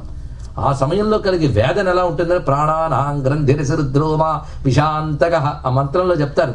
ప్రాణం పోయేటప్పుడు కలిగే వేదన ఎలా ఉంటుందంటే 1000 మండ్రగబ్బులు కాటు వేసినట్టు ఉంటుందిట. ఒక్కొక్క గ్రంథిలోంచి ప్రాణాలు వదులుతూ వస్తున్నప్పుడు వేదన అంతా ఇంత కాదండి ఇక్కడ. అది ప్రాణంబులు ఠావులు తప్పాను. ఆ నాడీ మండలాల్లో ఉండవలసిన ప్రాణములు కదిలిపోతున్నాయి. మూర్ఛ వచ్చే ఆఖరి స్తోత్రం చేయడానికి శక్తి అది. మూర్ఛ వచ్చే తనువుండశ్యన్. అదే చివరికి చూసుకుందామని చూసుకోవడానికి ఏం లేదు, సత్తు ఉన్నప్పుడే ఆశ్రయించాలి. తనువుండశ్యన్ శ్రమం వయ్యడన్ నీవే తప్ప ఇతప్పరం వెరుగ మన్నింపందగున్ దీనునిన్ రావే ఈశ్వర కావవే వరద సంరక్షించు భద్రాత్మక. ఎంత ఆర్తిగా అన్నాడు. వినుదట జీవుల మాటలు, అందరి మాటలు వింటావుట. చనుదట చొరరాని చోట్టు, నువ్వెక్కడ దూరంగా ఉన్నావు నేను రానయ్యా అనవు, నువ్వు ఎక్కడికైనా వెళతావట. చనుదట చొరరాని చోట్లు శరణార్థులకో ఎనుదట, పిలిచిన సర్వము కనుదట సందేహమయ్యే కరుణావర్తి. నువ్వు అనుగ్రహించిన ఆలస్యం అవుతున్న కొద్దీ నాలో సందేహం పెరుగుతుందయ్యా అన్నాడు. ఇది కూడా తెలుగు అనువాదంలో ఉంది కానీ మూలంలో లేదు. సందేహం అక్కడ లేదు, ఇది తెలుసుకోవాలి. ఈ లావక్యంత ఇవేవి కూడా మూలంలో లేవు, కానీ వీటిలో ఉన్న ఆర్తి మన హృదయాన్ని తాకుతుంది. ఎందుకంటే అవన్నీ మనకున్నాయి కనుక. మన వేదన ఇది, ఆర్తి అర్థం చేసుకోవాలి. ఒకవేళ ఇది గజేంద్రుడు అన్నాన్ని చెప్పుకున్న ఈ బాధ ఏమి పడక్కర్లేదు, సత్యంగా అనుకున్న తప్పేమీ లేదు మొత్తానికి. ఓ కమలాప్త ఓ వరద ఓ ప్రతిపక్ష విపక్ష దూర కుయోక వియోగి వంజసు గుణోత్తమ ఓ శరణాగతామరానోక ఓ మునీశ్వర మనోహర ఓ విపుల ప్రభావ రావే కరుణింపవే తలపవే శరణార్థిని నన్ను కావవే. శరణాగతి అంటే ఏమిటో చెప్తున్నాను నేను ఇక్కడ అన్ని భగవన్నామములే. ఆ నామములు పలుకుతూ పరమాత్మని శరణ వేడుతూ ఉన్నాడు. ఇంతవరకు మనకి శ్లోకములు పూర్తయిపోయాయి. కానీ ఒక అద్భుతమైన శ్లోకం ఉన్నది. మన దురదృష్టం ఏంటో పోతన గారు తెలుగు చేయలేదండి. ఇప్పటి వరకు గజేంద్ర మోక్షం మీద మనం ఉన్న అభిప్రాయం అంతా ఉల్టా తిరగిపోవాలి ఒరిజినల్లోకి వెళ్ళిపోతే. మూలంలో ఒక అద్భుతమైన శ్లోకం ఉంది, అక్కడ టైటిల్ సాంగ్ వచ్చింది. ఇందాక విమోక్షణ, అందుకే మూలంలోంచే తెచ్చుకొచ్చాం. మళ్ళీ మూలంలో చివరి శ్లోకం ఒకటి ఉన్నది, అది పోతన గారు ఎందుచేతను అనువదించలేదు. ఒక భావతాదాత్మ్యంలోకి వెళ్ళిపోయి రచించి ఉంటారు. ఆయన ఎప్పుడు దోషం అనరాదు, ఆయన తాదాత్మ్యంలో ఆయన రచించారు. లేదా ఆయన రచించి ఉన్న కాలక్రమంలో ఎక్కడో కాలగర్భంలో కలిసిపోవచ్చు. కానీ ఆ శ్లోకం గారు అర్థం కాకపోతే గజేంద్రుడు అర్థం కాడండి. గజేంద్రుడు నన్ను మొసలు నుంచి విడిపించని అడగలేదు. ఇది ఫస్ట్ తెలుసుకోవాల్సిన గొప్ప విషయం. పోయింది మొత్తం. ఇది గజేంద్ర మోక్షం. నేను ప్రహ్లాద చరిత్ర భలే మజాగా ఉందండి, ఇవాళ అంత సీరియస్ అయిపోయిందండి అన్నవాళ్ళు ఉంటారు నాకు తెలుసు. ఎందుకంటే ఇవాళ అసలు పరమాత్మ వచ్చాడు, అది ప్యూర్ పరమాత్మ తత్వం వచ్చింది. గజేంద్ర మోక్షం అందుకు గొప్పదేంది, ఇది తెలుసుకోవాలి. గజేంద్రుడు ఏమడిగాడు? నన్ను మొసల నుంచి విడిపించని అడగలేదు. అడిగింది ఏమిటో చూడండి. జిజీవిషేనాహమిహాముయాకిం అంతర్బహిశ్చావృతయే భయోన్యా ఇచ్ఛామి కాలేన నయస్య విప్లవః తస్యాత్మలోకావరణస్య మోక్షణం. అది మోక్షణం వరుడు అక్కడ ఉంది. టైటిల్ సంఘటమే అక్కడ ఆఖరి స్వచ్చింది. మూలంలో ఇది శ్లోకం. ఈ భావం చూద్దాం. జిజీవిషేనాహమిహాముయాకిం. స్వామి, ఈ శరీరంతో బతకాలి అంటే బతికేం ప్రయోజనమయ్యా అన్నాడు. ఇక్కడ చూపిస్తున్నాడు. అంటే మొసల నుంచి శరీరాన్ని రక్షించిన కాన్సెప్ట్ లేదు అతనికి ఏకంగా. పైగా ఈ శరీరం ఏముందయ్యా, ఈ శరీరం ఇది కాపాడుకుంటే ఏముంది? ఇవాళ మొసలి పట్టు నుంచి కాపాడుతావు, రేపు పొద్దున మరేదో పట్టదని గ్యారంటీగా ఉంటుందా? నేను ఇవాళ మొసల నుంచి తప్పించుకోవచ్చు కానీ చావు నుంచి తప్పించుకోగలనా? ఎరుక ఇది కావాలండి. ఇక్కడ నుంచి బయటపడిపోయానంటే అదా గొప్ప. ఇక్కడ అద్భుతమైన మాట చెప్తున్నాడు. నాకు కావలసింది ఏమిటి స్పష్టంగా చెప్తున్నాడు. ఈ దేహం కోసం నేను ప్రార్థించట్లేదయ్యా, మొసల నుంచి ఈ దేహాన్ని కాపాడని అడగట్లేదని స్పష్టంగా చెప్పాడు. మనం అన్వయించుకోకర్లే. జిజీవిషేనాహమిహ అముయాకిం. ఈ దేహంతో ప్రయోజనం ఏముందయ్యా? ఈ దేహం ఉన్నంతకాలం దీని లోపల అజ్ఞానము, బయట అజ్ఞానమే, రెండు వైపులా అంతర్బహిష్టావృతయే భయోన్య. లోపల భయమే, బయట భయమే. ఈ శరీరానికి అడుగడుగునా భయమేనండి. ఒక్కరోజు భయం లేకుండా ఉండగలమా? బయటకు వెళ్తే ఏం కొడుతుందో తెలియదు, ఎప్పుడు ఏ రోగం వచ్చి కొడుతుందో తెలియదు. ఆడుతూ పాడుతూ ఉంటాడు, అలా పడుకుంటాడు, అలా పోతాడు. వాడిని చూసినప్పుడు ఏం తెలియద్దు ఎంత జీవితం ఎంత అద్భుతమో. ఎలాంటిది? ఒక ఆయన అన్నాడు, ఏమయ్యా ఒక కొండకు చిన్న రంధ్రం ఉంటేనే ప్రాణాలన్నీ నీరు పోతుంది, 9 రంధ్రాలు ఉన్న కొండలో ప్రాణాలు ఉండడం ఆశ్చర్యం, పోవడం ఆశ్చర్యం కాదు. ఏం చూసుకుని విర్రవీగుతున్నాం మనం? మెచ్చుకోదగ్గ ఒక్క సబ్జెక్ట్ ఉందా లోపల? ఏవి బయట కనబడితే జుగుప్సు అవన్నీ ప్యాక్ చేస్తున్నాయి, అంతే కదా. ఆ లోపల ఉన్న చైతన్యం వల్లే కదా నీకు ఇంత. ఆ చైతన్యాన్ని పట్టుకో చాలు. ఏది చూసి గర్విస్తున్నావు? గర్వించడానికి ఏముంది సబ్జెక్ట్ ఇక్కడ? ఆలోచించి అది ఆలోచిస్తున్నాడు. ఏముందయ్యా ఇందులో? జిజీవిషేనాహమిహ అముయాఖ్యం అంతర్బహిష్టావృతయే భయోన్య. ఇచ్చామి, నేను కోరుకుంటున్నది ఏంటంటే కాలముతో దేనికి మార్పు లేదు. చూడండి జాగ్రత్తగా చెప్తున్నాడు. కాలముతో దేనికి మార్పు లేదు, దానిని తెలియనివ్వకుండా ఉన్న అజ్ఞానం నుంచి నాకు మోక్షం ఇవ్వు, ఇది అన్నాడు ఇక్కడ. మళ్ళీ చెప్తున్నాం, కాలముతో దేనికి మార్పు లేదు, దానిని తెలియనివ్వకుండా ఆవరించిన అజ్ఞానం నుంచి నాకు మోక్షం ఇవ్వు, ఇది చెప్తున్నాడు ఇక్కడ. కాలముతో దేనికి మార్పు లేదు, ఇది ముందు తీసుకుందాం. ఇచ్చామి కాలేన నయస్య విప్లవ. చూశారు ఇక్కడ, ఇది భాగవతం అండి. భాగవతం అంటే ఇది సింపుల్ పాట కాదు, మధురంగా వినబడే పద్యం కాదు, మంచి ఇంట్రెస్టింగ్ స్టోరీ కాదు. అది పర్ఫెక్ట్ భగవజ్ఞానం. అందుకే మొదటే చెప్పు, భాగవతం అంటే భగవజ్ఞానం. భగవంతుడు అంటే ఏమిటో స్పష్టంగా చెప్తున్నాడు ఇక్కడ. కాలముతో మార్పు లేనిది ఏది, ఇది స్పష్టం వేసుకుందాం. శరీరమా, బాల్యం నుంచి ఇప్పటి వరకు ఎన్ని మార్పులో కనబడుతూనే ఉన్నాయి. మార్పులు వచ్చిన ప్రతిసారి కవర్ చేయడానికి ప్రయత్నాలు కనబడుతున్నాయి, కానీ మార్పు తప్పదు, అవునా లేదా అండి? మారిపోతుంది. ఏం చూసుకుని గర్విస్తున్నావు, అది చూపిస్తున్నాడు ఇక్కడ. కాలంతో మార్పు లేనిది ఏది, ఇది చూపిస్తున్నాడు. ఇందాక ఎవ్వని చేజ నుంచి జగం ఇదంతా ఉన్నదే ఆ పరమాత్మ చైతన్యం నా లోపల ఉంది. దానికి ఏ మార్పు లేదు. ఆత్మరూపంగా ఈశ్వరుడికి మార్పు లేదు. దాని చుట్టూ ఆవరించిన దేహం ఉందే, అది ఆ దేహం నేను అనుకునే అజ్ఞానం ఆవరణ. ఏది మార్పు చెందుతుందో అది నేను అనుకుంటున్నాను, దేనికి మార్పు లేదో అది నేను తెలుసుకోలేకపోతున్నాను. ఇప్పుడు తెలుస్తుంది కదా ఎందుకు దాన్ని ఆవరించింది. ఆవరించిన కప్పు నుంచి నాకు విడుదల ఇవ్వు. కనుక గజేంద్రుడు అడిగిన మోక్షం ఏంటంటే పరమాత్మని తెలియకుండా అడ్డుకుంటున్న అజ్ఞానం నుంచి నాకు విడుదల ఇవ్వు, ఇది స్పష్టంగా అడిగాడు. కనుక మోక్షం అనగా అజ్ఞానము నుంచి విడుదల, ఇది తెలుసుకోవాల్సింది. ఏమీ లేదు ఇక్కడ. మోక్షం ఎవడో ఇచ్చేది కాదు, ఇచ్చేదైతే పోతుంది. మోక్షం ఉన్నది, ఉన్నదాన్ని గుర్తించడమే మోక్షం. మనం ఉన్నది గుర్తించక లేనిది ఉన్నది అనుకుంటున్నాం. అది అర్థమయ్యేటప్పటికి చాలా టైం పడుతుంది. ఈ మహానుభావుడికి గత జన్మల అనుగ్రహం వల్ల వెంటనే కలిగింది. కనుక అడిగింది ఈయన, ఇది అడిగాడండి. అడిగితే అప్పుడు పరమాత్మ వచ్చాడు. అయితే నిజానికి అక్కడ పట్టిన మొసలు కూడా గత జన్మలో ఒక గంధర్వుడు, ఆయనకి మోక్షం వచ్చేసింది. కానీ ఆయన గంధర్వుడు అయిపోయాడు తిరిగి మొసలి నుంచి. అప్పుడు మన మకర మోక్షం అని పేరు పెట్టచ్చుగా. అది చూడండి, అంటే మోక్షం అంటే అతనికి మకర మోక్షం అంటే అయిపోయింది. మన దృష్టిలో అయితే మకరానికి కూడా మోక్షం వచ్చేసింది. కనుక గజేంద్రుడికే మోక్షం ఇచ్చాడు, కానీ మకరానికి మోక్షం ఇవ్వలేదు. మొసలి దేహం నుంచి తిరిగి గంధర్వ దేహం ఇచ్చాడు. ఇతడికి ఒక్కడికే మోక్షం ఇచ్చాడు పరమాత్మ. అది తెలుసుకోవాల్సింది ఇక్కడ గజేంద్రుడికి. ఎందుకంటే సంపూర్ణమైన భగవజ్ఞానంతో శరణి వేడాడు. శరణి అంటే అదే పట్టాడండి. ఏది శాశ్వతమో దాన్నే గట్టిగా పట్టుకున్నాక అశాశ్వతం అదే వదిలేసింది. అవునా లేదా? మనం మెట్టెక్కేటప్పుడు పై మెట్టు మీద పాదం వేస్తే కింద మెట్టు నుంచి ఆటోమేటిక్గా పాదం లేచిపోతుంది. అలాగే పరమాత్మ వైపు నువ్వు చెయ్యి వేస్తే ప్రపంచం నుంచి నీ చెయ్యి లేచి పరమాత్మను కలిసిపోతుంది. ఇది తెలుసుకోవాలి ఇక్కడ. అది పట్టుకో. అందుకని ఇది వదిలేస్తే అది కింద పడతావు. అది పట్టుకో, ఇది వదిలిపోతుంది. అది తెలుసుకోవాలి. శరణాగతి అంటే ఇదేనండి. అశాశ్వతాన్ని వదులుకోవాలని ప్రయత్నించకు. శాశ్వతాన్ని పట్టుకుంటే అశాశ్వతం అదే జారిపోతుంది. ఇంకోటి ఏమున్నది ఇక్కడ? అందుకే పట్టుకొమ్మ గట్టిగా పట్టుకుంటే ఉన్న కొమ్మ నుంచి దాని మీద వెళ్ళిపోగలవు. తెలుసుకోవాల్సింది అది ఉన్నది ఇక్కడ. అలా పరమాత్మ ఎప్పుడైతే ప్రార్థన గజేంద్రుడు చేశాడో ఆయన వస్తున్నట్టే. ఎలా వస్తున్నాడు? అలవైకుంఠపురంబులో నగరిలో నా మూల సౌధంబుదాపల మందారవనాంతరామృత సర ప్రాంతేందు కాంతోపలోత్పల పర్యంక రమా వినోదియగు ఆపన్న ప్రసన్నుండు విహ్వల నాగేంద్రము పాహి పాహి అనుకు యాలించి సంరంభియై. ఎక్కడో వైకుంఠపురంలో ఉన్నట్ట. అలా వైకుంఠపురంబులో నగరిలో ఆ మూల సౌధం అంటే కార్నర్ హౌస్ కాదు, మూలం అంటే ఆధారం, ప్రపంచానికి ఆధారమైన చోటండి. ఆ మూల సౌధంబు దాపల మందార వనాంతరామృత సరప్రాంతేందు కాంతోపలోత్పల పర్యంక రమా వినోది. అక్కడెక్కడో వైకుంఠంలో మహానగరం, ఆ నగరంలో ఒకవైపు గజానది, ఆ ప్రాంతంలో ఇసుక తిన్నెలు, ఇంకోవైపు చక్కని పాలరాతి తిన్నెలు, దాని మీద కూర్చొని లక్ష్మీదేవితో కబుర్లాడుతూ ఆ ప్రణయ సరసాలలో భాగంగా ఆవిడ బయట పట్టుకున్నట్ట. ఆ సమయంలో కుయ్యాలించి సంరంభి అయి మొర విన్నాడండి. అందరూ నీవే తప్ప ఈ తప్పరెంబరుగా ఫుల్ సరెండర్.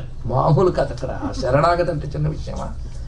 ఎప్పుడైతే ఆ పట్టాడో వెంటనే స్వామి లేచాడు. ఆ లేచి బయలుదేరేట రక్షించడానికి.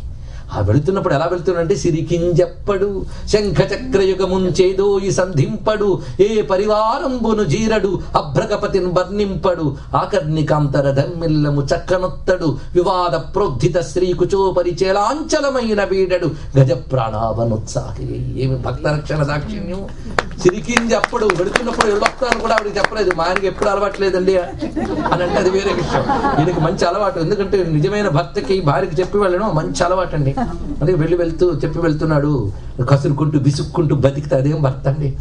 విష్ణువు దగ్గర నేర్చుకోవాలి ఎలా ఉండాలో. అందుకే సిరికింజప్పడు ఎప్పుడు చెప్పి వెళ్ళేవాడు, వాళ్ళు ఎందుకో చెప్పట్లేదు. అందుకు క్వశ్చన్ వచ్చింది. కాబట్టి ఆయనకి అలవాటే రెండు అన్నది. సిరికింజప్పడు ఆవిడికి చెప్పలేదుట. అంటే ఏం పట్టట్లేదు. నువ్వు ఏమీ పట్టకుండా పరమాత్మను ఆశ్రయిస్తే ఆయన ఏమీ పట్టకుండా నిన్నే పట్టుకుంటాడు. ఇది చూడండి. అందుకే యాదృశీ భావనాస్తత్ర సిద్ధిర్భవతి తాదృశి. నీ భావంలో అనన్యత ఉంటే పరమాత్మ కూడా నేను అలాగే పట్టుకుంటాడయ్యా. అందుకే మనస్సమాన సంచారుండయి అన్నారు పోతన గారు. ఒక్కటే ఎంత వేగంతో వస్తున్నాడు, మనోవేగంతో వస్తున్నట్ట. ఈ మాటలో అర్థం ఊరుకునే మనోవేగం కాదు. నీ మనస్సు ఏ వేగంతో వెళ్ళిందో అదే వేగంలో వస్తున్నాడు స్వామివారు. మా రామకృష్ణ పరమహంస గారు అయితే ఇంకో మాట అంటారు, అలా పోతడం కూడా సరిపోదంటాడు. నువ్వు ఆయన వైపు ఒక అడుగు వేస్తే ఆయన వైపు 10 అడుగులు వేస్తాడు. అంత దయ్యండి ఆయనకి. ఆయన దయ్య అంత గొప్పది. అది సిరికింజప్పడు శంఖ చక్రయుగమును చేదో ఈ సంధింపడు ఏ పరివారంబును జీరడు. తన పరివారాన్ని ఎవరు నంద సునంద పార్షద గణాలు ఉన్నాయి, వారెవరిని పిలవలేదుట. అభ్రగపతిని వర్ణింపడు వెహికల్ రెడీ చేయి అనలేదు గరుత్మంతుడితో. అభ్రగపతిని వర్ణింపడు ఆకర్ణికాంతర ధమ్మిల్లము చక్కనొత్తడు. బయటకు వచ్చినప్పుడు తలైన దువ్వుకోవాలిగా.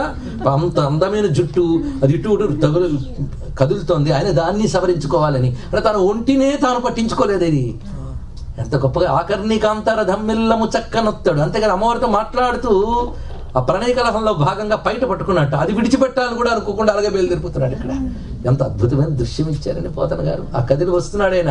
అయితే ఆయన చెప్పకుండా వెళ్ళిపోతుంటే ఎటో హడావిడికి వెళ్తున్నాడు, కానీ ఆయన ఊరుకోకుండా ఆయన వెంట వీళ్ళందరూ బయలుదేరట. ఆ బయలుదేరుతున్న దృశ్యం చూడండి. తన వెంటన్ సిరి లచ్చి వెంట అవరోధ వ్రాతము వాని వెంకను పక్షీంద్రుడు వాని పొంతను ధనకౌమోదకి శంఖ చక్రని కాయంబును నారదుండు ధ్వజనీకాంతుండు. ఇలా వీళ్ళందరూ కూడా తా వచ్చి రెల్లను వైకుంఠపురంబులో కలుగు నా బాల గోపాలము. ఆయన కదులుతూ ఉంటే తన వెంటన్ సిరి లక్ష్మి ఆయన వెంట వచ్చిందిట. ఎంత అద్భుతంగా ఉందండి. మీరు అమ్మా లక్ష్మి అనుగ్రహించు లక్ష్మి అనుగ్రహించు అంటే ఆవిడొచ్చి అయిపోయిందా వీళ్ళొస్తాను మళ్ళీ వెళ్ళిపోతుంటుంది. కానీ మనం ఎప్పుడు లక్ష్మి అనుగ్రహించే. ఎందుకంటే సిరి అందరికి కావాలి కానీ హరి ఎవరికి కావాలండి. హరి గురించి ఎప్పటి నుంచి కాదండి, ఆఫ్టర్ రిటైర్మెంట్ చూసుకో. సిరి ఇప్పుడు కావాలా? సిరి కావాలి బాగా. అది ఎవరికి అది కావాలని మాత్రం చెప్పడంలో అప్పుడు విరుదీయుడు అవునా లేదా? అందుకే అందరికీ సిరి కావాలి. కానీ హరి లేనిది సిరి లేదయ్యా. తెలివైన వాడు గజేంద్రుడు. హరి అంటే సిరి కూడా వచ్చింది, కానీ మీరు సిరి అంటే సిరి వచ్చి వెళ్ళిపోతే హరిరాడు. గుర్తుపెట్టుకోండి ఇక్కడ. ఇది తెలుసుకోవాలి. అందుకే ఈశ్వర శరణి పెడితే అన్నీ వస్తాయి, అన్నీ వస్తాయి. అవును, మీరు ఇంత వేదాంతం చెప్పారంటే లోకం నేను రాదనమాట. అది ఒకటి బాధ. అదే వచ్చాక ఇంక ఇదేం కావాలండి? ఆవిడ నదంతా నిండిపోతే మరి చలములు ఏమైపోతాయండి అందొక ఆవిడ. నది లేకపోతే చలములు, నదే వస్తే చలములు ఎందుకండి? పరమాత్మ వస్తే వీటి ద్వారా కావలసినవి కూడా వీటిని మించిపోయి ఇచ్చేస్తాడు ఆయన. కొందరు పాపం అందుకే ఇప్పటి నుంచి వద్దండి మోక్షం అంటారు. తెలుసుకోవాల్సినది. మొత్తానికి కదులుతున్నాయి చూడండి. స్వామి కదిలితే అందరూ కదిలేరు. ఆఖరికి శంఖము చక్రం కూడా కదిలేట. ఒక పోలీస్ ఆఫీసర్కి చాలా తొందరగా కంప్లైంట్ ఇవ్వగానే తొందరగా బయలుదేరిపోయాడు. ఆ సమయంలో పిస్టల్ తెచ్చుకోవడం మర్చిపోయాడు. పిస్టల్ ఆయన వెంట వెళ్తుందండి, వెళ్ళదు. ఈయన వెంట చక్రం బయలుదేరింది. ఎంత ఆశ్చర్యమో! అంటే అర్థం ఏమిటి? ఇవి మామూలు శంఖ చక్రాలు కావు, అవి దేవతా స్వరూపాలు. ఒక శంఖాన్ని చక్రాన్ని తలంచుకుంటే చాలా రక్షిస్తాయి. అవి సాక్షాత్ దేవతలు. అది తెలుసుకోవాల్సింది. స్వామి యొక్క లీలా స్వరూపాలు అవి. అవి చేసి ఉపకరణాలు మాత్రమే దేవతలండి. అందుకే శంఖం సదాహం శరణం ప్రపద్యే, చక్రం సదాహం శరణం ప్రపద్యే, గదాం సదాహం శరణం ప్రపద్యే, శాంగం సదాహం శరణం ప్రపద్యే, ఖడ్గం సదాహం శరణం ప్రపద్యే. వనమాలి గది శాంగి శంఖీ చక్రీ చనందకి శ్రీమన్నారాయణో విష్ణు వాసుదేవోభిరక్షతు. వనమాల ధరించి శంఖ చక్ర గదాపద్మములు ధరించినటువంటి ఆ పరమాత్మ ఆ కదులుతుంటే వాటి వెనకాల పాంచజన్య దేవత అయిన శంఖము, శంఖం పేరు పాంచజన్యం, పేర్లు తలుచుకుంటే ధన్యులు వెళ్ళిపోతాం. చక్రం పేరు సుదర్శనం, గద పేరు కౌమోదికి, ఖడ్గం పేరు నందకం, ధనుస్సు పేరు శాంగం, వేసుకున్న బాలం వనమాల. అది దివ్యమంగళ విగ్రహం. ఆయన కదులుతుంటే ఆయన వెంట లక్ష్మి వస్తుందట. వస్తున్నప్పుడు ఎలా వస్తుందంటే బయట పట్టుకెళ్ళిపోతున్నాడు కదా, పట్టుకుంది. అడిగేదనని కడు బడి జను అడిగిన తన మగడు నుడుగడని నడయుడుగున్ వెడబెడ జిడిముడి తడబడ నడుగిడ నడుగిడదు జడిమ నడుగిడు నెడల. ఇదండి తెలుగు పద్యాలు చదవడానికి బతికేసామా? సిగ్గేట్లే. పిల్లలకి అందించకుండా బతుకుతున్నామా? ఎంత పాపం, ఎంత దుర్మార్గం, ఎంత జుగుప్స తలంచుకుంటే. ఏమి భాష, ఏమి పోతన, ఎంత అందమైన పద్యం. అడిగే దాన్ని కడుబడి జను అడుగుదాం అనుకుంటుందట. వెళుతున్నప్పుడు ఎక్కడికండి అని అడగకూడదు, అది కూడా బాధ.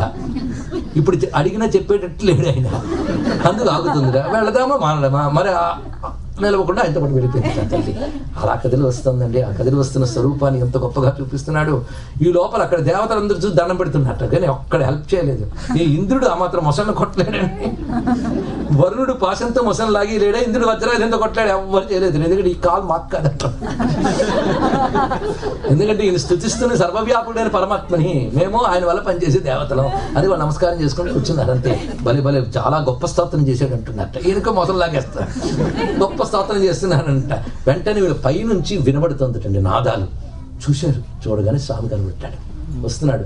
చనుదెంచెన్ ఘనుడల్లవాడే హరి పజ్జన్ కంటిరే లక్ష్మి శంఖనినాదం వదే చక్రమద్లదే భుజంగ ధ్వంసుయన్వాడే క్రన్నననే తెంచనటంచు వెల్పులు నమో నారాయణాయేతి నిస్సనులై మృక్కిరి మింట హస్తి దురవస్థ వక్రికిన్ చక్రికిన్. ఎంత అందమైన పద్యం ఇచ్చాడు ఇక్కడ. ఆ వస్తుండగా చనుదించన్ ఘనుడల్లవాడే, అదిగో నారాయణుడు వస్తున్నాడు. పక్కన లక్ష్మీదేవిని చూశారా? అదిగో ఆ పక్కన శంఖ నినాదమ్మదే, తనంత తాను మ్రోగుతూ వస్తుంది పంచజన్యం.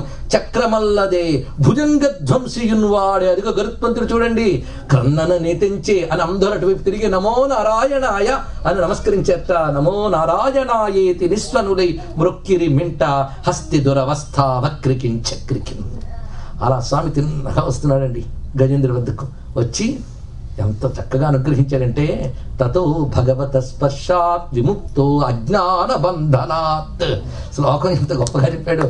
స్వామి వచ్చి ముందు చేసిన పని ఏంటంటే మొసల మీద కొట్టలేదుట. ముందు కుడి చేత్తో గజేంద్రుడి తల నిమిరేటండి. ఎంత దయ చూడండి. యముడు వచ్చినప్పుడు కూడా పరమేశ్వరుడు శివలింగం నుంచి వచ్చి ముందు మార్కండేయుడు తల నిమిరి దగ్గర పెట్టుకుని తర్వాత యముడిని కొట్టేట. వీడు నావాడు, వీడి మీద చేస్తావే అని చెప్పడం. వీడు నావాడు అన్న స్పర్శ.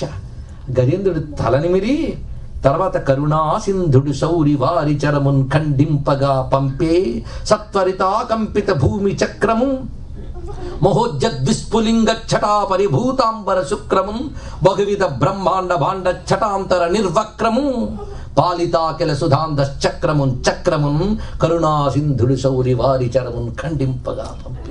ఏం అర్థం కాకపోయినా పర్వాలేదు, సుదర్శనం వేడి అర్థమైతే చాలు. అది పదంలో చూపిస్తున్నాడు. సుదర్శన చక్రం కదిలిస్తుందిట, దాన్ని పంపాడు స్వామి. ఆ చక్రం తిన్నగా వచ్చి మొసల్ని ఛేదించింది. వెంటనే గ్రాహంబు పట్టుచ్చే, పాదం బయటకు తెచ్చి గజేంద్రుడు నమస్కరిస్తున్నట్టు. అసలు స్వామి వస్తూ ఉంటేనే గజేంద్రుడు తొండమెత్తి చూస్తున్నాడండి. దయామేడు స్వామి వస్తున్నాడని. ఇంకా ఈ పని చెయ్యకముందు స్వామికి సమర్పిద్దామంటే ఏం కనిపించట్లేదు, భగవంతుడు కనబడు. కానీ ఇదివరకు ఈ కాసారంలో మంచి కమలాలు ఉండేవి, కానీ తమ ఆట వల్ల సమర్పించడానికి ఒక్క కమలం మిగలకుండా పోయిందండి. చిట్ట చివరికి మన ఆశపోతుతనం వల్ల భగవంతుని సమర్పించడానికి ఒక్కటి మనదంటూ మిగలలేదట. చుట్టూ చూశాడు, ఒక్క కమలం మిగిలిందిట. దానికి తొండంతో చుట్టుపట్టుకున్నట్ట. ప్రపంచంలో అన్ని వస్తువులు మనం మిగుల్చుకోలేకపోయాం, కనీసం హృదయ పద్మమైనా దూయిలించవయ్యా. అది చెప్తున్నాడు స్వామి. అనుగ్రహం పొందాడయ్యా. ఇది ఘట్టం. ఇంత రమ్యంగా అనుగ్రహించాడు స్వామి. అనుగ్రహించి చెప్తున్నాడు, ఇదిగో ఈ విధంగా నిన్ను అనుగ్రహించినటువంటి ఘట్టాన్ని ఎవరైతే వింటారో, ఎవరు చెప్తారో, ఎవరు స్మరిస్తారో వారికి నా రక్షణ సంపూర్ణముగా ఉంటుంది. ఈ వనాన్ని, ఈ కాసారాన్ని, నిన్ను నన్ను త్రిమూర్తులని మహర్షులని గంగాది పుణ్యనదుల్ని హిమవత్ పర్వత వింధ్య పర్వతాది మహాపర్వతముల్ని ప్రాతకాలం స్మరించి నిద్రలేవాలి. అటువంటప్పుడు కలల్లో ఏవైనా దుస్వప్నాలు ఉంటే వాటి ప్రభావం ఉండదు. పుణ్యో దుస్వప్ననాశన ఉత్తారణో దుష్కృతి. అదంతా గజేంద్ర మోక్ష ఘట్టం ఆ నామాల్లో కనబడుతుంది మనకి. ఆ విధంగా అనుగ్రహిస్తాను నేను అని స్వామి అభయం ఇచ్చాడు. ఇంత రమ్యంగా వైకుంఠం నుంచి కదులుతున్న ఘట్టాన్ని హృదయానికి మనకు హత్తించిన పోతన గారికి నమస్కరిద్దాం. ఎందుకంటే పోతన గారి భాగవతంలోనే ఈ కదలిక ఉంది, కానీ మూల భాగవతంలో వైకుంఠం నుంచి కదలడం లేదు. అది కూడా తెలుసుకోవాలి ఇక్కడ. అంటే కంపేరిటివ్ స్టడీ అంతా కూడా వైకుంఠం నుంచి వచ్చినట్టు మాత్రం వర్ణించలేదండి. మూలంలో ఏముందో ఒక్కసారి చెప్పుకున్నాం. మొత్తానికి మనస్సును ఏకాగ్రంగా నిలిపి ఏవం వ్యవసితో బుద్ధ్యా సమాధాయ మనోహృది. గొప్ప మాట చెప్పాడు. ఏవం వ్యవసితో బుద్ధ్య. ఈ వ్యవసితో బుద్ధ్య అనేది ఒక మంచి టర్మ్ అండి, వేదాంతిక్ టర్మ్. వ్యవసితో బుద్ధ్య అంటే డిటర్మైన్డ్ అండ్ ఫర్మ్, నిశ్చయాత్మకమైన బుద్ధితో సమాధాయ మనోహృది, మనస్సుని బుద్ధి యందు సమాధానపరిచేట. రెండు ఉంటాయా అంటే అటు ఇటు చెదిరేది మనస్సు యొక్క లక్షణం. దాన్ని తీసుకొచ్చి నిశ్చయాత్మకమైన బుద్ధి ఎందు పెట్టి ఆ బుద్ధిని పరమాత్మ ఎందు పెట్టేట. అలాంటి స్థితిలో పరమాత్మనే తలంచుకుంటూ ఉండిపోయాడు అంతే మహానుభావుడు, ఏ ప్రయత్నం లేదు. అప్పుడు స్వామి ఎలా వచ్చాడంటే ఛందోమయేన గరుడేన సముహ్యమాన తత్రాఖిలామరమయో హరిరావిరాసీత్ అన్నారు. ఇక్కడ ఎలా వచ్చాడయ్యా స్వామి అంటే అక్కడికక్కడే ఆవిర్భవించేటండి. అది అక్కడో వచ్చాడని చెప్పలేదు, అక్కడికక్కడే గరుత్మంతుడి మీద కూర్చొని వస్తున్నాడు. శంఖచక్ర గదా పద్మధారి అని చెప్పారు. ఇందులో ఏది నిజం, అదా ఇదా? రెండో నిజం అనుకుంటే తప్పేమీ లేదు. ఎందుకంటే తర్వాత అలాగే అదే చెప్తాడుగా, ముందే అనేద్దామని. కానీ అందులో మూలంలో ఔచిత్యం ఉంది, మనం పరిశీలించవలసింది. ఎందుకంటే ఇందులో వైకుంఠపతిని కైలాసపతిని స్తుతించలేదు ఆయన. సర్వవ్యాపకమైన పరమాత్మ అన్నాడు అంతే. అప్పుడు సర్వవ్యాపకమైన పరమాత్మ సర్వవ్యాపకుడు కనుక అక్కడికక్కడ వచ్చాడు. నిన్న విష్ణువు తనంత తాను స్తంభం నుంచి ఎలా వచ్చాడో ఇక్కడ తనంత తాను ఇక్కడ ఆవిర్భవించాడు. వస్తువు నుంచి రావాల్సిన అవసరం లేదు, అక్కడ తనంత తాను వచ్చాడు. పరమాత్మ సర్వవ్యాపకుడు. ఒక్కసారి ప్రత్యక్షమయ్యాడు, అనుగ్రహించాడు, మళ్ళీ అంతర్ధానం అయ్యాడు. అందుకే భగవంతుడికి నిజానికి రూపము లేదు, గుణము లేదు, పరిమితి లేదు, అంతా వ్యాపించి ఉంటాడు. కానీ భక్తుడి కోసం అవసరమైతే దివ్యమంగళ విగ్రహాన్ని స్వీకరించి అక్కడికక్కడే వచ్చి ఆదుకుంటాడు, అక్కడికక్కడే అంతర్ధానం అవుతాడు. అది తెలుసుకోవాల్సినది. అందుకే సర్వవ్యాపకమైన ఆ శ్లోకానికి తగ్గట్టు వర్ణన మనం తీసుకుంటే సర్వవ్యాపకమైన నిర్విశేష బ్రహ్మస్థితి కనుక సర్వవ్యాపకుడైన పరమాత్మ అలా వచ్చాడండి. వచ్చినప్పుడు ఆ శంఖచక్ర గదా పద్మములు ధరించి వచ్చాడు. తన తత్వానికి తగ్గట్టు ఉంటుంది రూపం. అందుకే చక్రము అగ్నితత్వము, శంఖము జలతత్వము. తెలుసుకోండి, ఇక్కడ శంఖం జలం నుంచి పుడుతుంది, పైగా ఊదుతాడు కనుక వాయుతత్వం ఉంది. ఇప్పుడు ఎన్ని తత్వాలు వచ్చాయి? 3. గద భూతత్వము. దీనికి భాగవతంలో నేను ఎక్కడి నుంచి తేగట్లేదండి. తేజస్తత్వ సుదర్శనం అపాంతత్వం దరవరం అన్నట్టు. గద కౌమోదికి భూతత్వం పృథ్వీతత్వం అని. అలాగే ఖడ్గం దాని పేరు నందకం. నభస్తత్వం అసిం అన్నాడు ఇక్కడ. ఆకాశతత్వం, కత్తి ఆకాశతత్వం అన్నాడు ఇక్కడ. అంటే స్వామి ఇవన్నీ పట్టుకుంటే అర్థం ఏంటి? పంచభూతాలని నియంత్రిస్తున్న పరమాత్మని నేను అన్నాడు ఇక్కడ. ఇది తెలుసుకోవాల్సింది. అందుకే రూపంలో తత్వం ఎలా ఉంటుందో చూడండి. అందుకే హిందువుల ప్రతి దేవత రూపం వెనక అద్భుతత్వం ఉంటుంది. కొబ్బరికాయ కొట్టి వరాలు పొందేవాడికి అక్కర్లేదు, ఆలోచించేవాడికి అర్థమవుతుంది, వాడికి భగవంతుడు అందుతాడు. ఇది తెలుసుకోండి ఇక్కడ. అది తత్వం. పైగా నీలమేఘశ్యాముడు. అది కూడా కదా. ఎందుకయ్యా నీలమేఘశ్యాముడు అంటే ఆకాశానికి రంగు ఏమిటండి? నీలం. అంటే ఆకాశం రంగుందా? మీరు సైన్స్ తెలిసిన వాళ్ళు ఆకాశం రంగు లేదు కదా. అందుకే ఏ వర్ణము లేదు, కానీ వర్ణం ఉన్నట్టు కనబడుతుంది. అదే నీలవర్ణం, ఏ వికారము లేనివాడు. ఇది చెప్తున్నాడు ఇక్కడ. 4 భుజాలంటే స్క్వేర్. స్క్వేర్ అంటే వ్యాపకత్వానికి సంకేతం అండి. వ్యాపకత్వం. సహస్ర శీర్ష పురుష అంటే ఇన్ఫినిటీ, సర్కిల్, అది వృత్తం. చతుర్భుజ అంటే వ్యాపకత్వం. వృత్తములో ఉన్న అనంత చైతన్యం వ్యాపించింది ప్రపంచంలో. వ్యాపకత్వం అంటే 4 దిక్కులు, ఎక్స్పాన్షన్. అది 4 దిక్కులా వ్యాపించేవాడిని నేను చెప్పడానికి 4 భుజాలు. ఇది తెలుసుకోండి ఇక్కడ. పీతాంబరం ఏంటంటే వాసఛందోమయం పీతం వర్ణించారు ఇక్కడ. వేద మంత్రశక్తి ఆయనకి పీతాంబరం ఏందిట. అంటే పీతాంబరంలో విష్ణు ఉన్నట్టు వేద మంత్రాల్లో విష్ణు ఉంటాడు. అది చెప్పండి ఇక్కడ. ఎంత అద్భుతమైన భావన చూడండి. త్రిగుణాత్మకమైన మాయాశక్తే మాలగా వనమాలగా వేసుకున్నట్ట. మాయకు రంగులు ఉంటాయి, ఎరుపు, తెలుపు, నలుపు, రజస్సు, సత్వము, తమస్సు. బట్ షేడ్స్ ఇవే రకరకాల పువ్వులుగా మారి ఆయన మాలగా మారేట. మాయ ఆయనకు అలంకారంగా వేసుకున్నట్ట. ఇదండి వనమాలి గదీశానికి. దేని మీద కూర్చున్నాడు? గరుత్మంతుడు. గరుత్మంతుడు ఎవరంటే వేద పురుషుట్ట. దాని మీద కూర్చున్నాడు. అంటే వేదమునందు పరమాత్మ ప్రతిష్ఠింపబడి ఉన్నాడు. వేదమే ఆయనకు వాహనం. వేదం ద్వారా నేను దొరుకుతాడు, ఇంకో దాని ద్వారా దొరకడు. అందుకే ఆయన రెక్కలు అల్లార్చడం ఛందస్సురుట. అదే ఛందోమయేన గరుడేన సమూహ్యమాన అన్నాడు ఇక్కడ. ఛందోమయమైనటువంటి ఆ గరుత్మంతుడిపై కూర్చున్నాడంటే వేదముపై వేద వేద్యుడు కూర్చునున్నాడు. ఈ మొత్తం భగవత్ స్వరూపం దర్శనమిచ్చింది. అందుకే సర్వవ్యాపకుడైన పరమాత్మ అనుగ్రహించడం కోసం రూపం స్వీకరించి ఆ విధంగా గజేంద్రుడిని కాపాడాడు. అక్కడికక్కడే ఆవిర్భవించి అన్నారు. మరి పోతన గారు ఇలా ఎందుకు చేశారండి అంటే ఆయన తప్పు కాదు. ఎందుకంటే సర్వవ్యాపకుడైన బ్రహ్మమే లీలగా బ్రహ్మాండములకు ఆపల వైకుంఠమునందు కూడా ఉన్నాడు ఆయన. అది నిజమే, ఇది నిజమే. కానీ నిర్గుణ బ్రహ్మము సగుణ బ్రహ్మము అనగానే ఏం కొట్టుకోక్కర్లేదు. నిర్గుణమే సగుణమైంది కనుక సగుణంగా భావించడం తప్పు కాదు. కానీ ఈ స్తోత్ర భావానికి తగ్గట్టుగా పరమాత్మ అక్కడికక్కడే వచ్చాడని మూల భావన ఔచిత్యంగా ఉంది అని చెప్పుకోవడం. కనుక రెండు భావాల్ని మనం స్వీకరిస్తూ సర్వవ్యాపకుడైన బ్రహ్మమునకు వైకుంఠవాసి అయిన నారాయణుకు అభేదమే, ఇది తెలుసుకోవాల్సినటువంటి ప్రధాన అంశం. ఈ విధంగా గజేంద్రుని అనుగ్రహించిన స్వామి. కనుక గజేంద్ర మోక్షం ఎందుకు అర్థమైంది కదా. మకరం కాస్త మళ్ళీ తన పూర్వస్థితికి వెళ్ళిపోయింది. మకరం పూర్వజన్మలో హూహు అనే గంధర్వుడు, హాహా హూహు అని ఇద్దరు గంధర్వులు ఉన్నారు. అంత పేర్లు చూడండి. ఇవి నిజానికి చెప్పాలంటే ఎప్పుడైనా సామగానం మీరు వినుంటే హా హూ హా ఆకాశతత్వం అండి. అందు నుంచి నాదాన్ని తీశారు. సామగానం ఆ గానానికి సంబంధించిన గంధర్వ జాతి. అందుకే ఆహా ఊహు తనులు ఇవన్నీ పెద్ద రహస్యాలు. దేవతల గురించి అర్థం చేసుకోవాలంటే వాడు మళ్ళాగే అన్న భావం ముందు తీసేయండి. తర్వాత నిన్నెవరో అన్నారు హిందువులకు చాలా మంది దేవుళ్ళు ఉన్నారండి అని. దానికి నిన్ననే సమాధానం చెప్పాం. కానీ దేవుళ్ళు హిందువులకు లేరు, విశ్వంలో ఉన్నారు. వాళ్ళని హిందువులు తెలుసుకున్నారు. ఇది తెలుసుకోండి. ఈ మాట ఎప్పుడు గుర్తుపెట్టుకోండి. దేవతలు హిందువులకు మాత్రమే లేరు, అందరికీ ఉన్నారు. లేడన్న వాడికి ఉన్నారు, ఉన్నాడన్న వాడికి ఉన్నారు. అవేర్నెస్ ఉన్నది హిందూ మతానికి ఎప్పటిదా. సృష్టి ఎంత ప్రాచీనమో, పరమాత్మ ఎంత ప్రాచీనుడో, ఆయన పొందే ధర్మం కూడా అంత ప్రాచీనమే. జ్యోతి ఎప్పటి నుంచి ఉందో వెలుగు అప్పటి నుంచి ఉంది. ఈశ్వరుడు ఎప్పటి నుంచి ఉన్నాడో హిందూ మతం అప్పటి నుంచి ఉంది. తెలుసుకుంటుంది. అనాది, సనాతనం, దివ్యం అటువంటిది. ఎంత అద్భుతంగా చెప్తున్నాడు ఇక్కడ. అందుకే పరమాత్మ యొక్క దివ్యమంగళ విగ్రహం ఇక్కడ మనం తరచుకుని ఆహా ఊహు గంధర్వులు. ఇందులో ఊహు అనే గంధర్వుడు ఒక నిర్వాకం చేసేట. ఆయన కాసారంలో ఒక కొలంలో జలకాలు ఆడుతున్నాడు. పైగా తన యొక్క స్త్రీలతో కలిసి రాణులతో కలిసి జలకాలు ఆడుతూ ఉన్నాడు. 10 మంది చూస్తున్నారంటే మరింత ప్రగల్భాలు ఎక్కువ అవుతాయి. కనుక వాళ్ళ ముందు తన యొక్క ఈత విద్య చూపిద్దాం, ప్రదర్శిద్దాం అనుకున్నట్ట. ఫీట్స్ అండి, వాటర్ ఫీట్స్ చేస్తున్నాడు. అందులో కిందకి దిగిపెట్ట. ఏమైపోయాడో మా ఆయన అనుకుంటుంటే పైకి అక్కడ లేచట, పలకరించట. అబ్బాయి ఎంత బాగా వచ్చో ఈత అని వాళ్ళ గర్విస్తుంటే మరిన్ని చేస్తున్నాడు.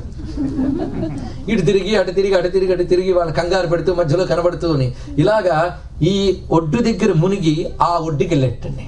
కింద నుంచే వెళ్ళిపెట్ట కనబడకుండా. అక్కడ గాలవుడు అని మహర్షి తపస్సు చేస్తున్నాడు. వెళ్ళాయని పాదం పట్టాడు. భక్తితో కాదు, కవ్వింపుగా. ఎప్పుడైతే పాదం పట్టాడు అని చూసాడు. ఇదేమిట్రా బాబు అంటే ఎలా వచ్చాను చూసేవా లోపల నుంచి అన్నాడు. చక్కగా గంధర్వుడు పుట్టి మొసల్లాగా లోపల నుంచి వచ్చావు కానీ మొసలు వైపు పోన్నాడు. ఎప్పుడు ఏడుపండి. అందితే జుట్టు, అందకపోతే కాదు. అయ్యో మొసలు పుట్టుగా ఎలా బయటకు వస్తానన్నట్ట. ఏం లేదు, ఇప్పుడు నా కాలు పట్టావు, ఒక భాగవతత్వుడు కాళ్ళు పట్టుకు బాగుపడతాను. సరే, ఈయన గారికి మోక్షం. మళ్ళీ గంధర్వుడు అయిపోయాడు ఇంత చేస్తే. ఈయన గారు మాత్రం మోక్షం పొందారు. కానీ ఈయనకి గజ్జన్మ ఉండాలి కదా, లేకపోతే గజేంద్రుడు ఎందుకు అయ్యాడు? ఏదో కర్మ, ఎంతో పుణ్యం ఉన్నా ఏదో చిన్నది ఉంది. అది గజేంద్ర కర్మతో క్షయం అయిపోయింది. మళ్ళీ పరమాత్మ జ్ఞానంలోకి వెళ్ళిపోయాడు. అంటే ఇవాళ హఠాత్తుగా రాదు, మొదటి నుంచి ఉన్నటువంటి సాధన కొనసాగాలి. ఇతడు గత జన్మల్లో ఇంద్రజుమ్నుడు అనే గొప్ప చక్రవర్తి, మహావిష్ణు భక్తుడు, సామాన్యుడు కాడు. అలాంటి విష్ణు భక్తుడైన అతడు ఒకప్పుడు అగస్త్యుడు వారు వెళుతూ ఉంటే ఆయన నిర్లక్ష్యం చేసేట, గమనించలేదు. వెంటనే అగస్త్యుడు వారు చెప్పించారు, నువ్వు ఏనుగైపోతా పో అని. ఎందుకంటే మదం చేత గమనించకుండా ఉండడం ఏనుగు లక్షణం. ఏనుగైపోతా ఉన్నాడు. ఏంటండి ఈ ఋషులకు పని పాట లేదు, దాన్ని చెప్పించడమే వాళ్ళకి మనం దండం పెట్టాలా? మనమేనా ఇలా శాపాలేమో, ఎందుకంటే వాళ్ళకి జరగదని తెలుసు కనుక. కానీ మరి ఋషుల్ని అలా అనొచ్చా? ఋషులు ఎప్పుడు కూడా కోపం ఉండదు, వాళ్ళకి తెలుసుకోండి. ఋషులు నీ స్థితికి రిజల్ట్ ఇదే చెప్తారంతే. ఇది ఎప్పుడైనా అంతే. ఋషి నోట నుంచి వచ్చింది కనుక ఎప్పుడో వచ్చేది తొందరగా వస్తుంది. తర్వాత ఆ వచ్చినప్పుడు గుర్తుంటుంది కనుక ఆ జన్మలో క్షయం అయిపోతుంది, కర్మక్షయం తొందరగా. కానీ ఋషుల శాపం కూడా వరమే. నువ్వు విష్ణువుని ఆరాధిస్తున్నావు. విష్ణువు సర్వవ్యాపకుడు. సర్వవ్యాపకుడు అయినప్పుడు నీ పక్కన వచ్చిన ఋషులు కూడా విష్ణువుని చూడాలి. అది నువ్వు గమనించలేకపోయావు. నీకు సర్వవ్యాపక తత్వం తెలిసే వరకు జన్మ తప్పదు. అందుకు ఒక్కటి ఆ దేహాత్మ భ్రాంతి వదలలేదు కనుక అది ఒక్కటి ఏనుగు రూపంతో వచ్చేస్తుంది. అక్కడ నీ కర్మక్షయమే తరించిపోతుంది. అది దాంట్లో ఉన్న ఆంతర్యం అండి. మహానుభావుడు ఈ విధంగా వచ్చాడు. ఇంద్రజిమ్నుడు ఏనుగ్గా, అతడికి శాపమోచనం, ఇతడికి జన్మమోచనమే. అయితే మళ్ళీ ఏనుగ్గాని తిరిగాడండి. మరి మోక్షం ఎలా అంటారు? మాటలండి. అంటే ఆయన తన యొక్క ఏనుగు రూపాన్ని విడిచి భగవద్ రూపాన్ని పొందాడు అని వెంటనే చెప్పాడు ఇక్కడ. అంటే ఆయన సారూప్యముక్తిని పొంది పరమాత్మతో తాదాత్మ్యం చెందిపోయాడు. అందుకే గజేంద్రో భగవత స్పర్శాత్ విముక్త అజ్ఞానబంధనాత్, అది చివరి వాక్యం చూపిస్తున్నాడు ఇక్కడ.